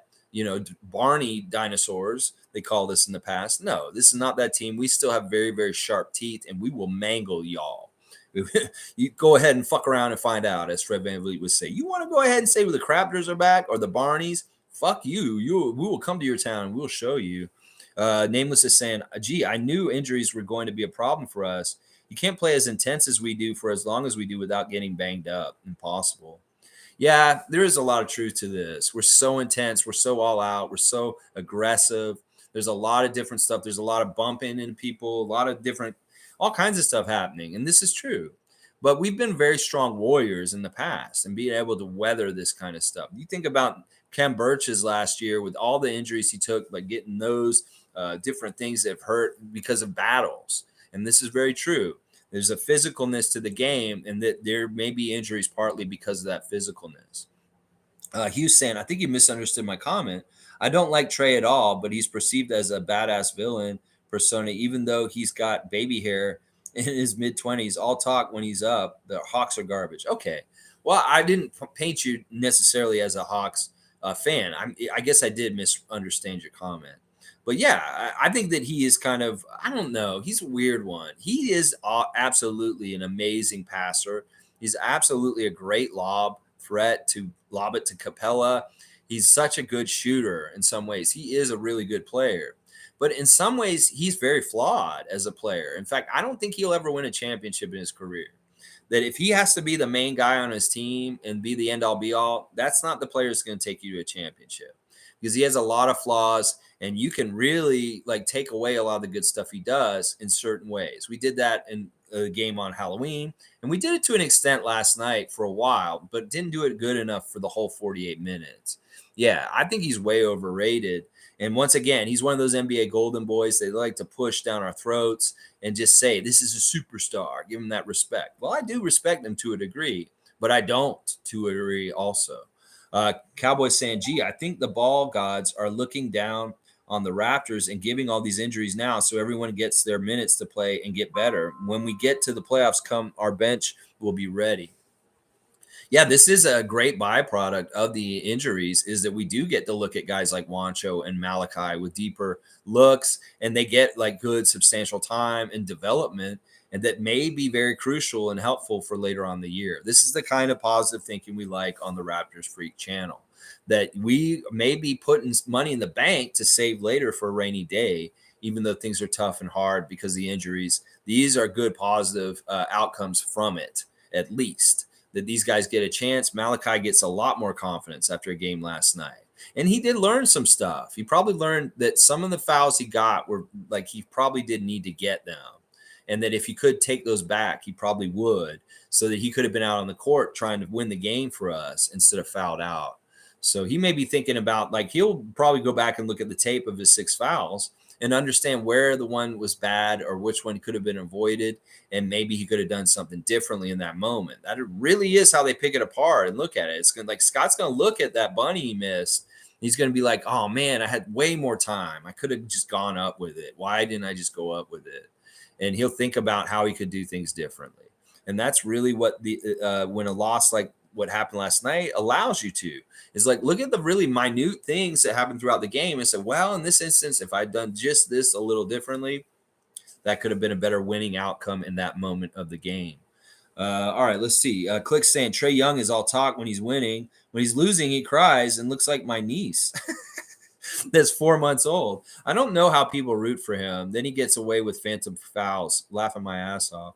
You know, I really like that one call they had in the corner with Scotty, where he tripped Scotty going out of bounds, and they called it the right way. That's a very good example of Ben Taylor and Lauren Holtkamp and Sean Corbin being a good ref crew, is that they didn't do this thing where they gave Trae free throws. They could have easily given him 3 free throws and said Scotty committed the foul. Well, the way they looked at it, they said Scotty was trying to avoid coming towards him and go around them, because that's where you get that foul on a 3-point shot, is if you just run into them and hit them somehow, some way. Well, Scotty wanted to challenge the shot, but he didn't run directly at him, and he was running to the side of him. Well, Trae still stuck his leg out and tripped him, and that could have been really dangerous and cause an injury, because he's going into the bench. And if you trip a guy on his way going out and there's a chair there, something real ugly and bad could happen. So that was the right call by Ben Taylor at that moment, that they called an offensive foul on Trae Young because he was irresponsible with his kick out. And that is a Trae Young rule, the whole kick out rule with the jump shot. When these guys kick their feet out to try and initiate contact to get an extra free throw on top of their shot, yeah, they don't allow that anymore. And that's a rule for Trae Young, and they called it the right way at that moment. But some people are arguing today that because it's the danger of what he did with Scotty going out of bounds, that could be very dangerous for a player, that in a way it should be flagrant foul.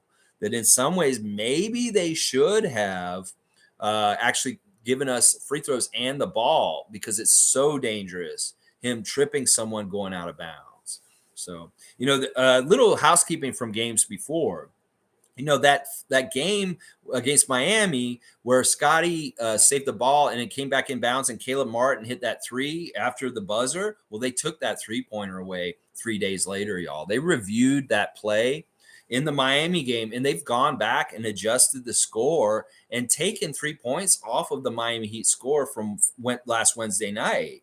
That they determined that, yes, Caleb Martin's 3 was after the buzzer. And that was something that we are all upset about the day after. Well, they went back and fixed it. And they also fixed a goaltending call that was not called for Scott. There was a call in the game where he actually shot the shot and he was on its way down, and they didn't call goaltending. They said it was just a block. Well, they went back and looked at it and they amended that also. So they actually gave Scotty 2 points, and they took 3 points away from the Miami Heat in that game. So if you go look at that score, it's changed since before. They actually went and amended it and changed it. We will beat them by a bigger margin, actually. So interesting stuff with the refs and getting things right. I love that you compared Trae Young to your 4-month-old niece. Now you just go draw a little mustache on her, and maybe she will look just like Trae Young. Maybe that should have been her Halloween costume. She's Trae Young. But maybe then some social services person would come and say, that's child abuse, making your child look like Trae Young. We're taking your child away from you. You made your child look like Trae Young. All right, let's see. Nameless saying, true, they play very hard. Just seems a lot at once. Tom, Shane, and Cowboy, let the ball gods work their magic. Yeah, it is a lot all at once, and most teams would not be able to handle this. I mean, I was looking at our roster going into the game last time. I was like, this is a very capable team. It's like I said in the preview yesterday. I can't say this is Raptors B team because it really isn't. When you have OG, Fred, and Scotty, that's not a B team. That is a top team, and I can't. But it's not the absolute strength team for us. But I can't discount or insult them and say that this is like a Raptors B team because of who we have missing right now. No, we had a very top-notch, high-quality team, even in all these guys' absence. So, yeah, it is what it is. Hugh saying most of the Raptors' losses have been them beating themselves and not the other team beating the Raptors. It's a trend I've noticed. Yeah, some of them. I would say that Luka beat us, like himself, that he played really big in that Dallas game, and KYRIE, Tyrese Maxey, those guys kind of were the guys who beat us. But in some of these losses that have been close, like the one last night, we did kind of beat ourselves. And I would agree with this. Over the course of the year, there may be games that we look back at and say, fuck, if we just won that game in Atlanta in the overtime, that would have helped our record at the end of the year in some ways. This may be one of those kind of games last night. Woulda, coulda, shoulda, how close it was that we wish we had gotten into the win column by the end of the year. So we'll have to see. Now, I think you're right that quite often than not, I think more often it is the Raptors are beating themselves and the other team is not actually beating us, because a lot of the teams we've seen this year have not been good. I don't think Atlanta's that good. I don't think Chicago's that good. I don't think Miami's that good. And they've actually made a lot of mistakes. Like Indiana, when we played them last Saturday, they were really bad, but they still managed to beat us. Like they made so many mistakes, and they just by the skin of their teeth beat us in that game. So it's not like these are teams that are playing perfect basketball or anything. In some ways, they're playing horrible basketball, but we're also playing horrible basketball. And then we're seeing whoever plays the least horrible basketball win. And that really was kind of like the Indiana game last Saturday, even the Oklahoma City game to a degree, although they were playing at a pretty high level and they did kind of blow us out. Let's see. Isaac saying Scotty SB4 is growing and is already amazing. Malachi came with the ball. Wancho played important minutes. Well, Raps will be roaming. Raps be roaming the league injured, taking IOUs for the playoffs. This game was a growing W. Yeah, it's a W as far as growth and understanding and learning lessons, but not a W in the technical real sense, which is too bad. Yeah, let's take some IOUs. We got an IOU for Trae Young now. We got an IOU for the Oklahoma City Thunder. We got an IOU for the Indiana Pacers. We got an IOU for Brooklyn Nets. Let's give it back to them on Wednesday. We got an IOU for Luka and the Mavericks. We got to take care of on Saturday afternoon. So, yeah, we got some IOUs to pay back because we got owe them some stuff for sure. Cowboys saying the ball god is Nick Nurse's son. We got the best team. Boom. Let's go. Boom. Yes, Cowboy. Bam. All right, let's see. Monique saying, "Dear Malachi Flynn, sorry for all the criticism. Signed, all Raptors fans." Yes and no. I mean, It's been a tough journey for him, but yes, listen. He's busting through and showing he's a real pro, and hopefully he'll stick and get some real rotation stuff like that. We'll see. It's going to be hard with all the guys coming back from injury. You may get lost in the shuffle a little bit, but at least he's showing some good stuff that he can be dependent on for. And I really like that he's making his shot more often than not. He does not look like the same Malachi last year that was just like an ofer and just looked horrible with Svi and Yuta and those guys on the bench. This year, he's looking way more capable and making his shot in confidence. And I like that. Andrew's saying G League RS for Trent. G League guys for Trent? Yeah, traded for Trent. Yeah, Wiseman and Kuminga are G League guys. Yeah, it's a horrible deal. And it probably is just a Warriors fan that doesn't like those players on their team, and they're trying to ship them out. Maybe they see that Gary Trent's not doing so well here, and some Raptor fans are against him. They're like, maybe he's ripe for the picking. We can actually get him. Evelyn's saying, agree, Cowboy, let's go Raps. Yes, Granny Evelyn. You go, Raptor Freak Evelyn. Nameless saying, I can think of one reason why we would want Kuminga and Wiseman, because they're also from the best organization in the world, which is we are not. I don't agree with that, though. I think we are the best organization in the world. The Warriors have different issues with their organization. We've seen toxic ownership with the Warriors in the last couple of years. Think about the incident with Kyle Lowry and the owner sitting at courtside. There's other things about the Warriors that is a little shaky and toxic. We can look at that fight between Draymond Green and Jordan Poole at the beginning of the year.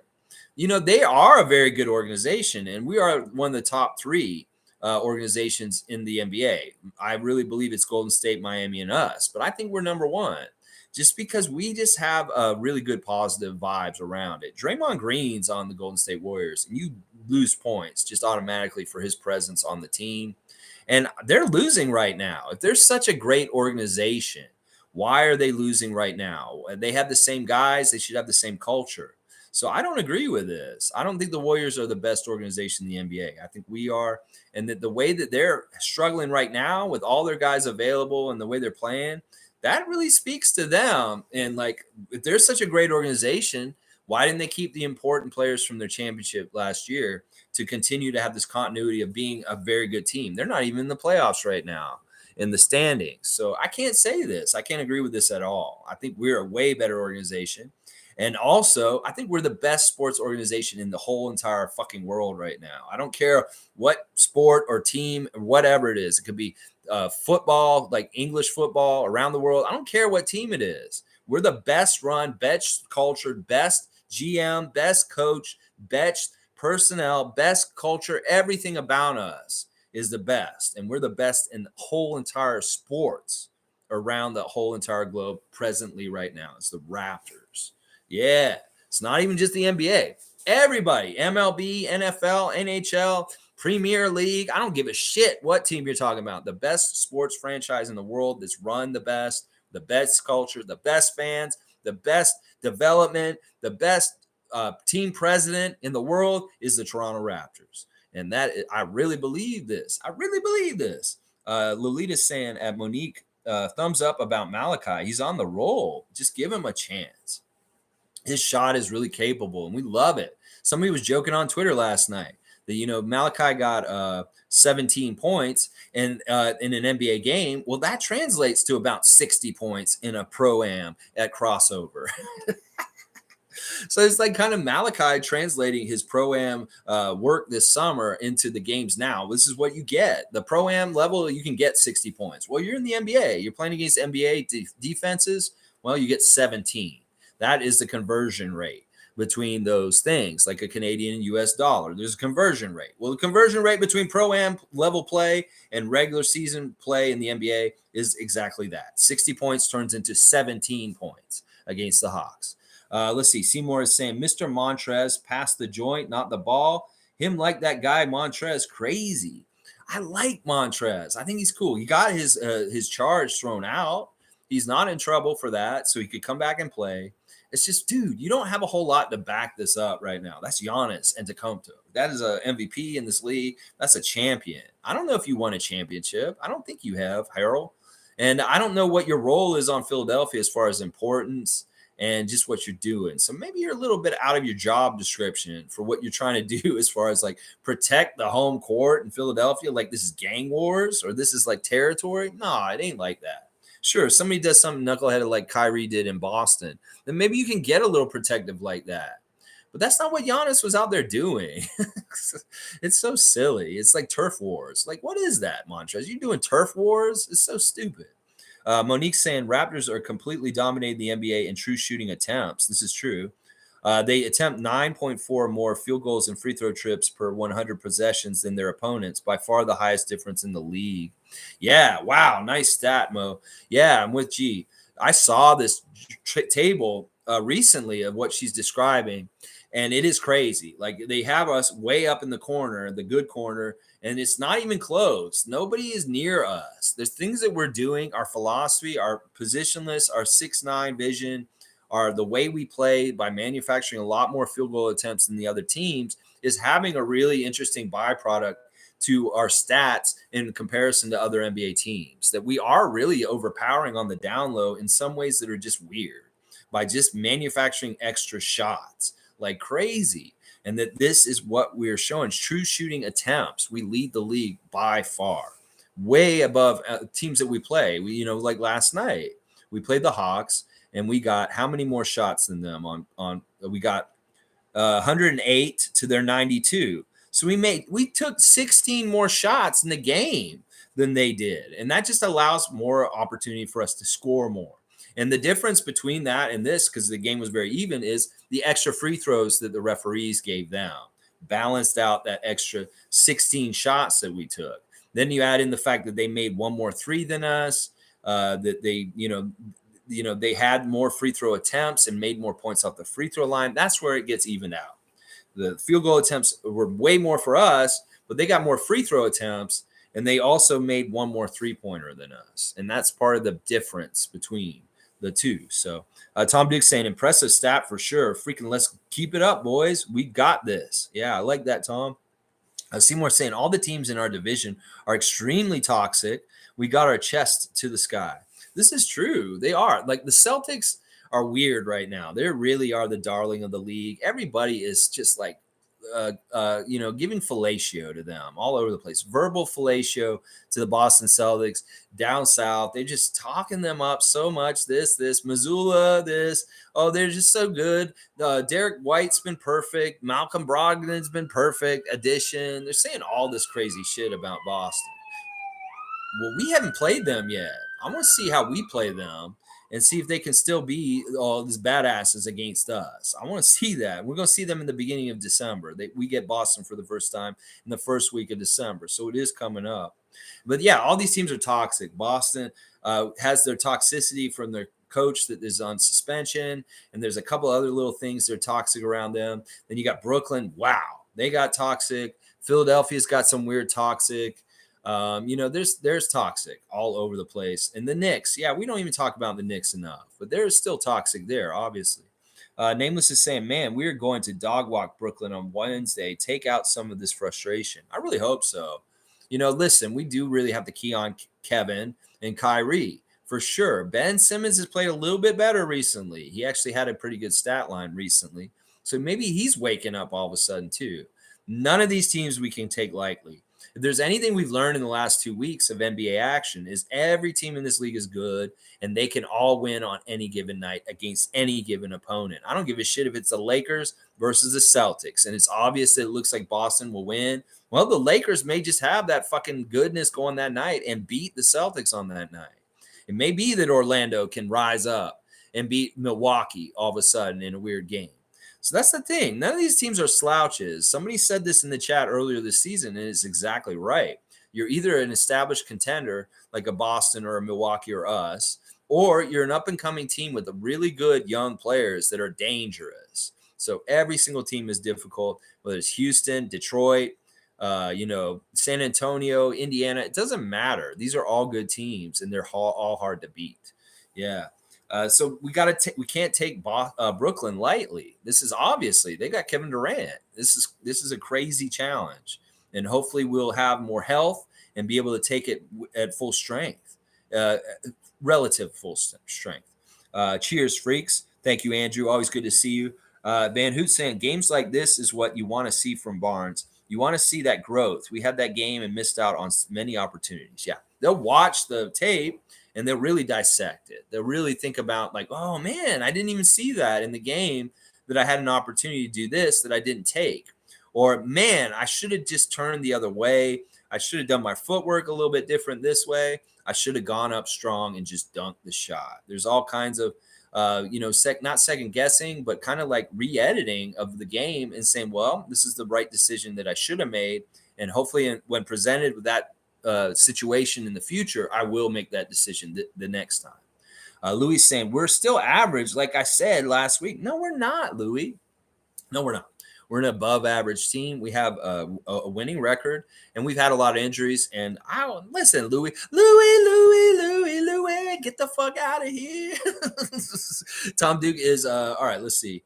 If you guys just be a broken record, add something more to the conversation. You can't just say you said that a week ago. Give me some more proof of what you're trying to say so that you have some backing instead of just being a parrot that's just saying the same stupid shit over and over again that sounds stupid. Really, give me some reasoning for why you say that. Why do you think we're so average, Louis? Come on, flesh out your argument. You want to be like a Republican and just say, I hate these people, but do you have any real ideas about how to help? Do you have any real plan? No, you don't, because you're just a sewer artist. So give me some reasoning for why they're average and maybe how they could get better. If you don't give me a reason for how they can get better, then I understand you're not on our side and you're in the wrong channel. So I'll just tell you that. Tom Duke saying, average with 9 injuries. Wait till we're healthy. Yeah. Monique saying, people forget T-Mac went through the same thing as Scotty. T-Mac went to college. Actually, T-Mac did not go to college. T-Mac went through high school, did not go to college at all. Just imagine Scotty in a few years. Yes. Now, in some ways, that's not a good comparison just because Tracy did not go to university at all. He came straight from high school. And his first couple of years in Toronto, he was very much college years. And that the reason why he blossomed in Orlando is really the years that he was here, he should have been in college playing for a college team. Now, Scotty got 1 year of college. So in some ways, we could say last year was like 2 years of college, and this year would be his 3rd year in college. Classically, they would all go for 4 years back in the day. And maybe, yeah, we could look at it that way, that he would be in his junior year at Florida State if he had stayed in school. And that, you could look at it that way. Now, Tracy's growth pattern is a little bit different just because of what I just said, because he did not go to college and he didn't get any training from college. And he learned the hard way when he came in. In fact, he had bad coaches when he came in. Darrell Walker. He also had Butch Carter, and they weren't helping him and developing. So that's also a thing that Scotty's got on his side. I think Tracy just had innately a superb talent in his body type and the way he played, and that really helped him. And I'm not saying Scotty doesn't have that, but Tracy's a little bit of a weird comparison for Scotty as far as growth development paths. That they're not really kind of comparable in some ways. Seymour saying, Louis average championship contenders cause our stars are out at the moment. Yes. Yes, tell him Seymour Pape. Now, if you see him continue to shoot his mouth off, you go ahead, gunslinger. And you have the gun. You have the wrench. So you're allowed to do something, especially because Louis said the same thing twice. He's not added anything to it. We want to hear more of your argument if you have an argument that's valid. And you're not giving us a valid argument. You're basically just saying the same damn thing over and over again. So that's that. Name was saying, of course you can't forgive him for the anti-vax stuff because he has yet to reconcile for it. Yeah. Well, it can go away. It's not in the forefront. I don't really care at this point. But, in some ways I'm not mad at him for that because it really hurt his team last year. And he kind of made them a dumpster fire on the down low. So in some ways, I'm really happy that KYRIE was anti-vax because he completely destroyed their season last year. So, yeah, I'm actually for him being like that because it really made them a dumpster fire. All right, let's see. I love the name O.G. Van Barnes Jr. 43. I remember you from before. Your awesome name. What makes you think it's your job to forgive a black man for his opinion? It's not mine, and I'm not the end all be all or anything like that. They're asking me to forgive him. It's not up to me. I don't care in some ways. I like KYRIE. I think he's a great basketball player, and he does good things. And you're right. In some ways, this is the right attitude to have. Like, who the fuck are we? Who cares? He's a professional basketball player. He makes millions of dollars. He's on a different lifestyle and a different level. And who the fuck are we to judge him or forgive him or be in charge of that? I agree with this. It's just somebody asked me, can we forgive him at this point? And I mean, listen, it's not that I forgive him or anything. I just tell like it is. This is how I see it. And this is the situation. I'm just glad he's getting his career back, because it would be a real shame if he lost his career because of this stupid shit. And in fact, I would be upset, like his people are, if he did lose his career because of this stupid shit. I think it would be overreach and a little tyrannical. So you're right. Who am I to think that this? You're exactly right. I don't care. I forgive him. I'm just saying that I forgive him, because like he's showing that he has he feels bad about the whole situation. And so some people say what he did isn't that wrong. It's he just posted a link. And I get that. I totally get that. But you're right. Who are we to judge him and to have whether we forgive or not? It's really me answering the question. Somebody said, can we forgive him now? And that's why I said it that way. I don't really think about it that way. I just think about it as like KYRIE's had this happen to him, and this is how it's going. And I wish him well. I hope that he can get his career back. And it looks like he will. He will be suiting up today, hopefully. I think they're playing Memphis today. So, yeah, I agree with this, OG. Van Barnes Jr., 43. And, yeah, who are we, the audacity of us, to judge him like that? Well, the owners, they pay his salary, and that's the person that he needs to get forgiveness from. It's not us. It's from Joe Tsai and his wife and the owners of the team, and his teammates, maybe to a degree also, need to forgive him in some ways for causing a dumpster fire, even if it wasn't on purpose, and it may be an overstep by the NBA. But still, it is a dumpster fire, and it did cause a detriment to the team, and it may really cost him his career. So I'm a fun guy. I don't see anything to forgive KYRIE on. That's a grown man with a perspective. Also, Scotty doesn't know his body. He tweaks his ankle and reacts like he broke his leg. Well, that's what Dominique said last night, that Scotty's a really good actor. There was one play where he totally fouled one of the Hawks. And then afterwards, he was pleading his case to the referee saying, what did I do? I didn't do anything. And Dominique said, he must have took acting classes at Florida State. Because we all seen him foul. So we got to remember that Scotty actually is very expressive on the court. And when he's holding his foot and he's on the ground, yeah, maybe he's overreacting in that moment. And it looks really bad because we see the pain in his face.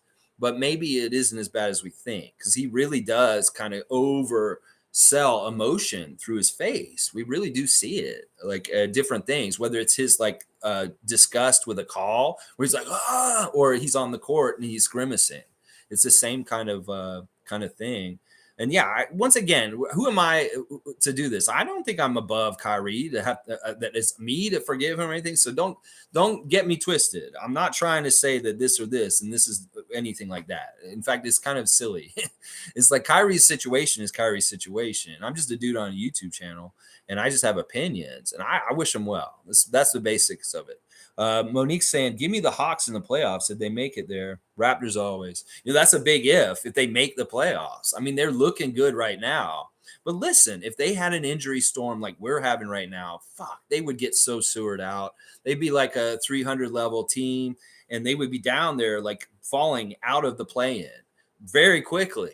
That they've played like a certain amount of luck and had good things happen in their schedule so far to be where they are in the Eastern Conference standings right now.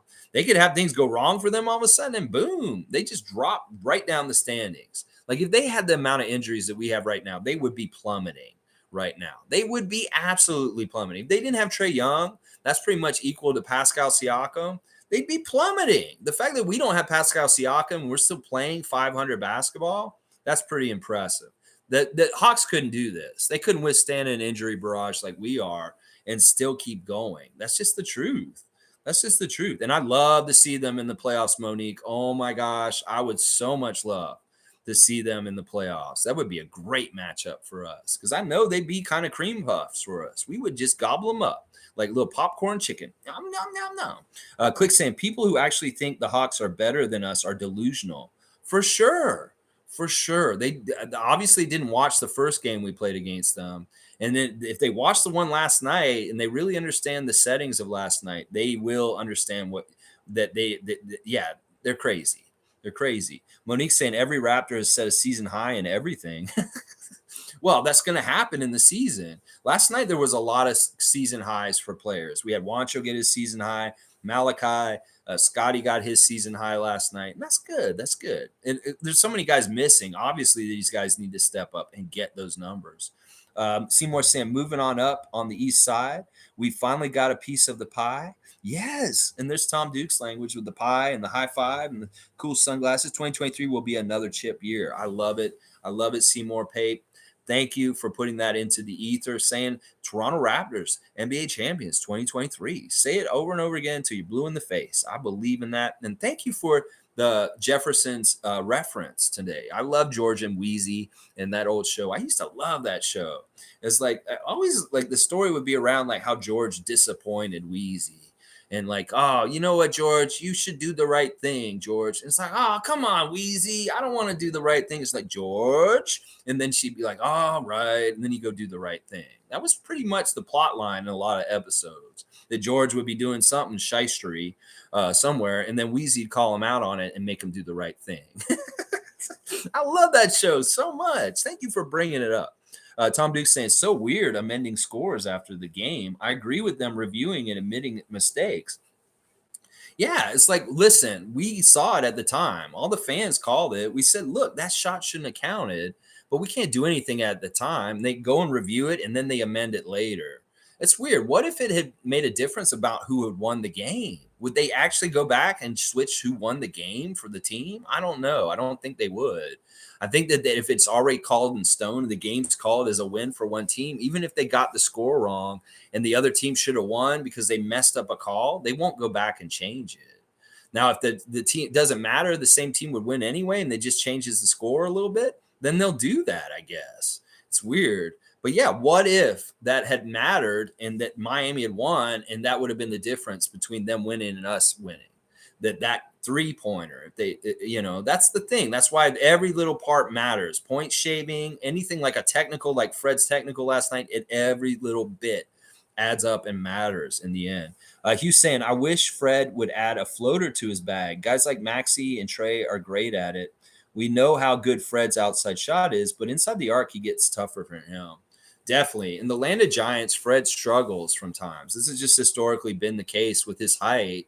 But, he's so savvy with English and different things. Like there was one play he did last night where he did a behind the back dribble in the lane, and then he got by him, and then he did a high bank off the glass. There was really a high difficulty shot that was so impressive. In fact, that was one of the coolest highlights of Fred VanVleet this year so far. The way he did the dribble behind his back and he actually broke the guy's ankles and he fell off him. And then he saw the lane to go around him, and then he did that high layup off the glass. You know the one I'm talking about, that play. That was so nice. But it's true. It's hard for him to finish in the land of the Giants. Now, the one thing I will say, he does have a floater. He'll do it, but he can't do it with anybody around him. It's more like it's something he can do in transition. If he's got somebody between him and the basket and he can see that he's got more room, he will do that floater. It's just more often than not, guys are right next to him. He can't get that kind of floater like a Maxey would do. Like Maxey can get up and get that floater because he's really weird. Part of the reason why Tyrese Maxey's so good in this league is that he's so good at shooting at his full speed. That's the thing. He can be running full speed down the court, and he won't have to stop. Usually guys have to stop and collect themselves to make the shot accurate. Well, he's trained himself to shoot shots at full speed, running every which way. And that's part of the runner and the floater that he has is so overpowering. Well, Fred does have to collect himself a little bit to measure the shot, a little bit more than Maxey does. It's just a really weird trait Maxey has, that he can be full speed, go not slow down at all, and still just make the bucket. Like just lofting it up with a teardrop, or even running full speed into a three-point shot. And he's still kind of moving. He still makes it. It's a really unique thing to him. There's not a lot of players in the history of the NBA that can run full speed in transition and make shots like he does. So it's something that's not easy for him to be able to do. Trust me. Now, Trae, he can kind of do it, but he slows down a little bit to measure the shot. Maxey, he's all out, and he just shoots it as full speed. It's crazy. Tom Duke saying, Hugh, Fred VanVleet has been able to add that lob pass this year. It's almost like a floater. Well, he's had that lob pass forever. It's not that that's a new thing, Tom. He had the lob pass. He just hadn't had very good lob targets on the Raptors for over the years. Now that Coloco's here, all of a sudden, we're seeing something Fred always had is just on display because he has a more reasonable target to throw lobs to. Like before, he could throw lobs to OG or different people, but that's not smart because in traffic, they're not going to win those battles because they're going to get hit. But with Coloco, it's a lot smarter, safer percentage-wise play. And that's why the green light's open for lobs this year compared to other years. But that's something Fred's always been good at. You can go and look at highlights from him in college in the tournament, and he's doing lobs there. So the floater thing he has too. It's just that he can't use the floater in the same way that those guys that you compared him to, Trae and Maxey. He really has to be wide open to take floaters because even if he gets in the lane, if he has somebody near him, they can block a floater easy. Somebody just runs over and does that. It's like you playing your little cousins in some ways, what Fred's going up against. It's like he's playing against a big cousin. And it's hard because these dudes can really easily block his shot around the lane. In fact, more so than ever in the NBA, people are looking for that. You see people like Max Strus making blocks. Trae Young had a block last night on Juancho at the beginning of the game. I was like, holy shit, Trae Young just blocked Juancho. I hate that shit. That's so crazy that little old Trae Young blocked Juancho at the beginning of the game. Fun guy saying, just a reminder, guys, Raptors haven't beaten Kevin Durant in like 4 years, so a win Wednesday would be so juicy and sweet. Yeah, him personally. I think the games that he's missed on Brooklyn, we've beaten them because we did beat Brooklyn a couple times last year. I don't know if that's totally true, though, but you might be right, that stat, that we haven't beaten Kevin himself when he's present. We've beaten the Nets in the last year a couple times. I think we split the series with them last year, in fact. Actually, this isn't true, fun guy, because we did beat the Nets with Kevin Durant in Toronto, and I was at that game last year. It was a game where we played a back-to-back with the Nets, a home and home. We played them on their court the first night, and then we came and played them the next night, 2 nights in a row here, and we won both those games. And I believe Kevin played in both those games. I may be wrong, but I think he played in those games. So we have beaten Kevin, I was at one of those games. It was the game where Goran came back and we booed the shit out of him. He missed 2 free throws, and we won by 1 point after beating them on their home court the night before by more points. So yeah, I think that is actually not accurate. Seymour saying, "Let's go Argos." Yes, let's go Argos. Are they playing the Blue Bombers? Then I might have to say Blue Bombers because I'm a Winnipeg guy. My CFL team is the Blue Bombers. So I don't know. Are they playing the Blue Bombers? I don't know who made the finals. I know Toronto's in the finals. They won the Eastern Conference finals. Now they're in the finals, but I don't know who won the West. Did Winnipeg win their side? Because I saw Winnipeg was in the Western finals. And if Winnipeg got through, I'm rooting for the Blue Bombers. I'm sorry. I just do. I have an uncle who loves the Blue Bombers so much. And he's my favorite uncle. So I root for the Blue Bombers with him. I've never really gotten into the Argos. Although I should. I mean, they're John Toronto's team, John Candy's team. So maybe I should be an Argos guy on this one. Cowboy saying, preach on Lex, best sports franchise. Let's go. Yes, I really, truly believe this. Let's see. Logical. Mike's getting a chance to step in during the moving process. Let's see what he's saying. What is Mike saying here? Holy crap. Let me see. Oh, that jumped a lot. Okay, here. Okay, we're near the end. Where's logical? Or is that logical? Yeah, there's logical. Okay, sorry, guys. Taking a 5-minute break. Wish I could be chilling today. It's all good, Mike. Just get things done, helping your mom and you move. And that's good, man. You got keep your eyes on the prize. Put your work in there like the Raptors should, and just get the job done. Everything fine. You can review this later or just listen to it while you're doing it. Nameless saying, I don't know, Lex. 12 championships in 5 years is pretty hard to argue. They don't have 12 championships. They have like 4. Well, if you're saying as far as championships, that's not what I'm grading this on. I'm not. If we were going to do that, it's the Celtics. It's stupid because they have the most championships of anybody. I'm grading this on present day organization and what's going on with them. And they're not good right now. Sure, we could say they're champions last year and they won like 4 championships in the last 6 years or so. That's great and that's fine. Sure, you can say that, but that doesn't necessarily what we're arguing here is the best sports organization in the world. And that's what I'm saying, that it's us, considering everything that we have to go through. And we are the team, technically I can make the argument that we beat them and we're better than them because we faced them once in the finals and we won. So in some ways, they were better than them because we beat them when we had the chance in a final setting. So there's an argument there for us there. So I don't know. It depends on what you want to make the criteria. Do you want to make the criteria recent winning? Sure. Golden State is the most winningest team in the NBA like recently, but I wouldn't say that they're the best team or the best organization in the league right now. That they're, in some ways they didn't run things right this summer, and they're showing it this year. And in some ways they didn't weather their downtro that they went through after we beat them in the finals. That they went through a sewer kind of years, a couple of years where they were absolutely awful. And we really only had 1 year like that, and that was Tampa. So I don't know. I mean, we're arguing semantics, but I'm thinking about everything. I'm thinking about global reach. I'm thinking about political contributions. I'm thinking about like culture. I'm thinking about our GM and our team president. I'm thinking about our coach, and I'm comparing them to the other side. And there's a certain level of toxic in the Golden State Warriors franchise that we just don't have here. So I think we're looking at different things. But I will say, if you're looking at championships, well, we beat them in the finals when they played us. Boston can't say that. So I don't know. Name was saying, I mean, Golden State literally just won the championship last year. Just to be mentioned in the same breath as them, I'm happy. Yeah. And I really do think it's close. Like, I don't think we're that much better than them, but I do think we are. And Miami and Golden State are the other two teams that are the best two franchises in the league. Milwaukee's up there too. I could say Milwaukee's up there too. But I'm just saying partly too because of the toxic stuff with Draymond. Draymond's presence on the team this year is not good, and they do probably need to get him out of there finally. And that he's hurting them, and that they're not winning. You could see the footage of Steph and Clay and the way their body language looks, and they're down. They're not feeling good about things, and they're like wondering what the fuck is going on with them, and they're kind of searching for answers. And that's the thing to me is they have their championship core for the most part, missing maybe Otto and Juan Toscano and a couple of other bit players, Gary Payton II, that they had on the team last year, but they're pretty much the same team in a lot of ways, and they're just not performing or successful right now.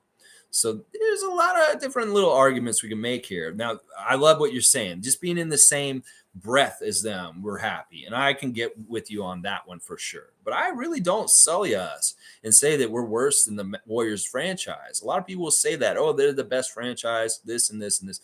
I don't agree with that. They have flaws. They have shitty owners. They have Draymond Green.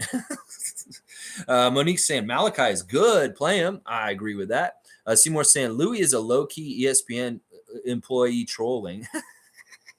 Yeah, maybe. Who knows? Cowboy saying, I want what Louis is smoking. It must be good. I don't, because it makes you delusional and stupid. So I do not want it. I have my own stuff, and it's good.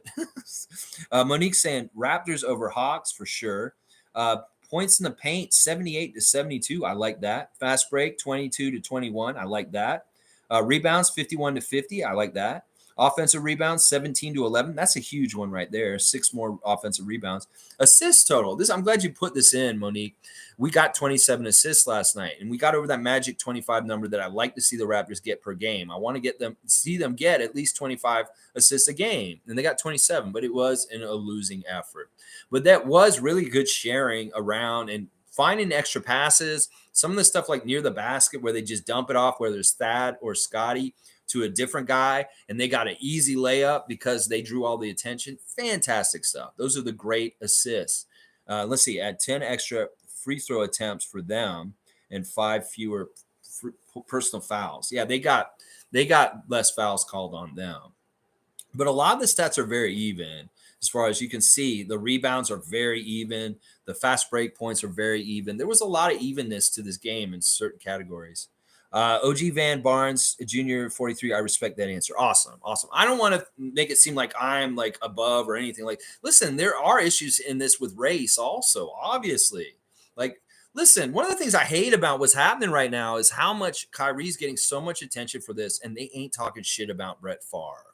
Brett Favre is such a fucking crooked, awful person for what he did in the state of Mississippi, taking funds that are supposed to go towards people that really need it, and stealing tax money to buy a volleyball facility for the university that his daughter goes to because she's on the volleyball team. This is a huge scandal that's not getting enough attention in the media in general. That they put KYRIE on blast, but why aren't they putting Brett Favre on blast? This man needs to be raked over the coals and publicly denounced and treated really badly because he is doing shit like the politicians do, like the senators, all their dirty shit. Well, that's what the kind of shit he's doing. And we're talking about millions of dollars. We're talking about crooked shit on the level of millions of dollars of misappropriated funds stolen from the people that need it in the state of Mississippi. And that's what I'm saying. Like, I want to go and shine a light on Brett Favre for his bullshit. And that people need to be fucking talking about him. And that in some cases, this has to do with race. And that pisses me off in a lot of different ways. They need to be putting Brett Favre on blast right now, all kinds of different ways. And they're not. And that's fucked up. They like to protect these quarterbacks in the NFL's legacies, whether it's Brett Favre or Peyton Manning. They're both fucking scumbags. And they should have had their careers ruined a long time ago because of how scumbaggish they are. Brett Favre is a racist. And he can go to fucking hell, is what I'll say right now. Yeah. Monique's saying, chin up, Raps. Chance to develop the bench who may come through when they're really needed. Learn from this, come back better and stronger, and y'all soon be high in the standings. I believe this. Like, we get healthy, get everybody back together and running good. We could go on a tear. In fact, I was hoping last night we could have won it. We would have been on a 3-game winning streak and possibly, hopefully, being on a streak now, even in the absence of Pascal. But when Pascal gets back, let's kick it back into another gear and let's start driving up the Eastern Conference standings. I really do believe this, and I think Monique is right that we are going to have a kick in energy just because guys are going to be returning, and it's going to help us. Just having them back to help pick up the slack and do things to help us win. Hugh's saying Malachi is one of the best pick and roll players in his draft class. Not to mention he had an excellent floater game coming out of college. You can see flashes of it. Oh, yeah, I love the way he lofts it up. And listen, I'm so glad we hadn't given up on him, that we really are seeing the payoff of our investment of time and energy into him over these last 3 years. That, he was in Tampa. We saw different things. Last year, we were, the Eric Flynn complaining about him never getting to play. Well, this year he's finally getting to play, and we're starting to see some of the things pay off and come to fruition. And this is so good because it's kind of like you work so hard and practice something, you don't get anywhere, and then boom, finally you start getting traction and good things start happening. This is what's happening for him right now, and I love this for him. He deserves it, and it's really a testament to sticking through all of the bench time, not being able to play, staying prepared and working hard behind the scenes, and just staying in tune with the team and being ready at any time. There's one thing we cannot knock Malachi for, is that he has not come in and shown that he's not prepared. He is very serious about being ready off the bench at any time when we need him. And I'm so glad he's like that, because some players will get disenchanted with not playing enough and they'll loaf and they won't care. Well, he stayed laser focused, on being ready just in case his chance comes up. And I really appreciate that about Malachi. And yeah, I love the floater by him. It's beautiful. It's like, yeah, I love that stuff. Fred, it isn't very much a shot that Fred uses very often, but I have seen him do floaters. Cowboy saying, I think Loco Coloco going to give Durant some problems. New career high on blocks and points. Everyone like and subscribe. We're watching a championship team. Let's go. I love that, Bradley, and thank you. Yes, please comment, like, subscribe, share, whatever you can do. And yeah, Coloco against Durant is a fun matchup. That he can really kind of match up with him body wise in certain ways. It's interesting. So who knows? We'll see. I don't like Coloco starting at this point. I don't want him to start. I think that he makes us shaky to start the game because he is a rookie, and in some ways he doesn't totally have his legs, or he can be totally depended on in a safe way on the court. So I don't like him starting. I do like him as a look off the bench for when we really want to have a shot blocker kind of roaming around, making people think twice about coming to the lane and trying to make a close-up shot. So I like him as that kind of weapon as a role player off the bench right now more than a starter. And I think that his switch off of the starting lineup has been good. You gave him a little taste and let him start for a little while. That's good for rookie orientation. But, when you start to see he's hurting you on defensive elements for certain things, and his shakiness is not needed in situations where we're kind of shaky already, get that in there, please, or Ken Burch. because they will be more solid and stable. And that Koloko is really great, and he can do a lot of flashes of brilliance and really important things, but he can also make rookie mistakes. And that is something we don't want. That we want a baseline of stability from the start of the game. And that's why I don't agree with him starting anymore at this point. Let's see. Seymour saying Bombers versus Argos. Okay, so it is Blue Bombers. Yeah, I'm torn. I can't lose in this one. Either my home city wins or the team that I root for wins. I know I'm a turncoat on this one, but I am Winnipeg on some sports. And it really is because, the Leafs piss me off. And I don't have anything really against the Argos. It's just I really do have family members in my family that really love the Blue Bombers. And I'd love to see them happy, seeing them win. And it's more, I don't really care. But if Argos win this game, I'll be so happy. Another Grey Cup for Toronto. Fantastic. But hey, the right two teams are in the finals for me. And I can't lose. So I like it. Monique saying, W stream, despite the losses, Lex, keep at it. Consistency, always just advice. Let's go. Thank you, Monique. That's the one thing I'm trying to do is be consistent like Jeff Doughton Jr. is I'm trying to be consistent here. And I appreciate the compliment. And W, your presence being here and everybody else. I really appreciate you guys. Seymour saying, long live the Green Power Ranger. Watched them as growing up. Rest in peace. Oh, man. Did one of the Power Rangers just die? I hate to hear that. Rest in peace, Green Power Ranger. Yeah, I never watched that show. I was too old when that show came out that I never got into it. There's a lot of stuff that some kids are into, but when you get too old, you're just like, don't watch it. That's why I never watched Arthur, guys, or Power Rangers, because I was too old by the time it came out.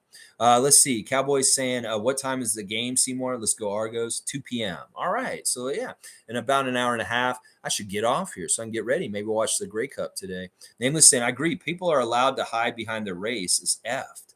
Yeah, this is something about if we really want real equality in this world, somebody like me with my skin color, we need to talk about this more in a serious way, in a fair way.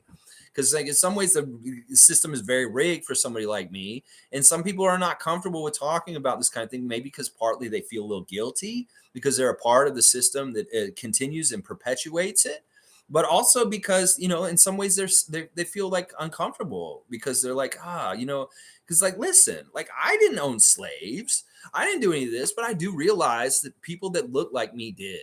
In fact, my family's not even from this country or this continent. We're very much recent immigrants that came over during the last century in a lot of ways. So I don't know. It's a weird thing. I believe in breaking systemic racism in the institutions of society. I believe in changing things to make it more fair and just in all kinds of different ways. Now, we're getting some traction these days because the conversation's at least out there. And that is part of what will change this over the long term. Is that before people would poo-poo it and they wouldn't even want to talk about it like 20 years ago. Well, now it's mainstream and we are talking about it. And we're actually taking real looks at systemic racism and where it lies and maybe how we can change things through legislation and policies in politics. And there are some really good battles being fought and won in this department to make things better for all this. Now, there's a lot of things that you can't go back and change in the past that are fucked up. And they do have a lot of what's built into society and why things are the way they are, whether it's the way they give loans out to people or mortgages, whether they, whatever it is, hiring practices. I'm very, very much full bringing down systemic racism in every kind of place that it is. And this is a very much a cause that I will champion, and it will help in all kinds of different ways. And, white people may look at me as you're a turncoat. You're turning on your own kind, doing that kind of stuff. Fuck you. We're all the same kind. And you're the one who fucking made that line in the first place in your own head. That you live by that because you know why? I'm going to tell you the damn truth, white guy that gets mad at me for being a turncoat on his own race. Well, listen to this. The only reason why you think that way is because you're such a pathetic person that you need to have somebody down below you. That everybody's equal, everybody's the same, but it's real easy for you to get a real high and mighty feeling because at least I'm not black and they're below me. That's the fucked up mentality about y'all. And listen, you are a turncoat on the whole entire human race when you are prejudiced and racist and a part of systemic racism. So fuck all y'all. And there you go from me, a white guy. Yeah, there you go. Yeah, you get that. All right, Monique's saying news and notes. Fred's Thanksgiving in Rockford. Yeah, this is awesome. It's American Thanksgiving coming up this week, and Fred's doing his turkey giveaway in Rockford, Illinois, to needy people that need the food and stuff. So you go, Fred, being a philanthropist, a great Raptor, and showing good stuff for the community and giving back. Thank you, Fred, for being a great team leader and our captain. Part of the reason why we're the best sports organization in the entire world is Fred VanVleet. And yeah, I love it. And Cowboys saying anything Toronto touches, anything Toronto, let's go. Everyone have a great day, Raptor Freaks. Later, Lex. Let's go, Argos. All right, guys, thanks for joining me today. I'm going to wrap it up just before 3 hours. Thanks for joining me on a day after a loss, a very narrow loss, a loss that may have not gone that way if a couple things had just gone our way on a couple breaks. It's too bad. You know, there were a definite lapse of judgment in the last second of the overtime, and that is really the direct cause of death for us losing the game last night. So we can look at a lot of good positive things about the game. We can look at the fact that Atlanta was pretty much full strength and we were half a team and we still hung with them and pretty much were in control of the game and should have won it. But in the end, they were able to figure it out and sneak up and steal it from us. And that's just how it goes sometimes. Anyways, y'all have a great Grey Cup Sunday. Enjoy your day today. And I'll be back tomorrow with a Monday memory. Won't be too long of content, just something I'll figure out, something to celebrate from the past and the Raptors history and a memory of sort. But I appreciate everybody being in here, and please subscribe if you like anything I've said on this channel. If you want to comment and join the discussion, if you're watching this later on, you subscribe, you can participate in our discussion live every single day, 9:30 a.m. Eastern Standard Time. So thank you guys once again, and stay positive and fight the good fight. And let's be examples of our great sports organization, the Raptors, in our own individual lives by portraying and standing up for the ideals that we believe strongly in and fighting those good fights wherever we are. All right. Tom Duke saying go Canada women versus USA today in Seattle. That's in hockey. All right. Go Canadian women in hockey versus the U.S. I always like to see that U.S.-Canada matchup in whatever sport or whatever, whether it's men's or women's, whatever. It's always cool to see that matchup. All right, y'all. Thanks again. And you know what? Keep your head up, Raptors. We're not an average team, even though Louis thinks we are. Yeah, name was saying stupid sport. All right, y'all. Let's go Raptors.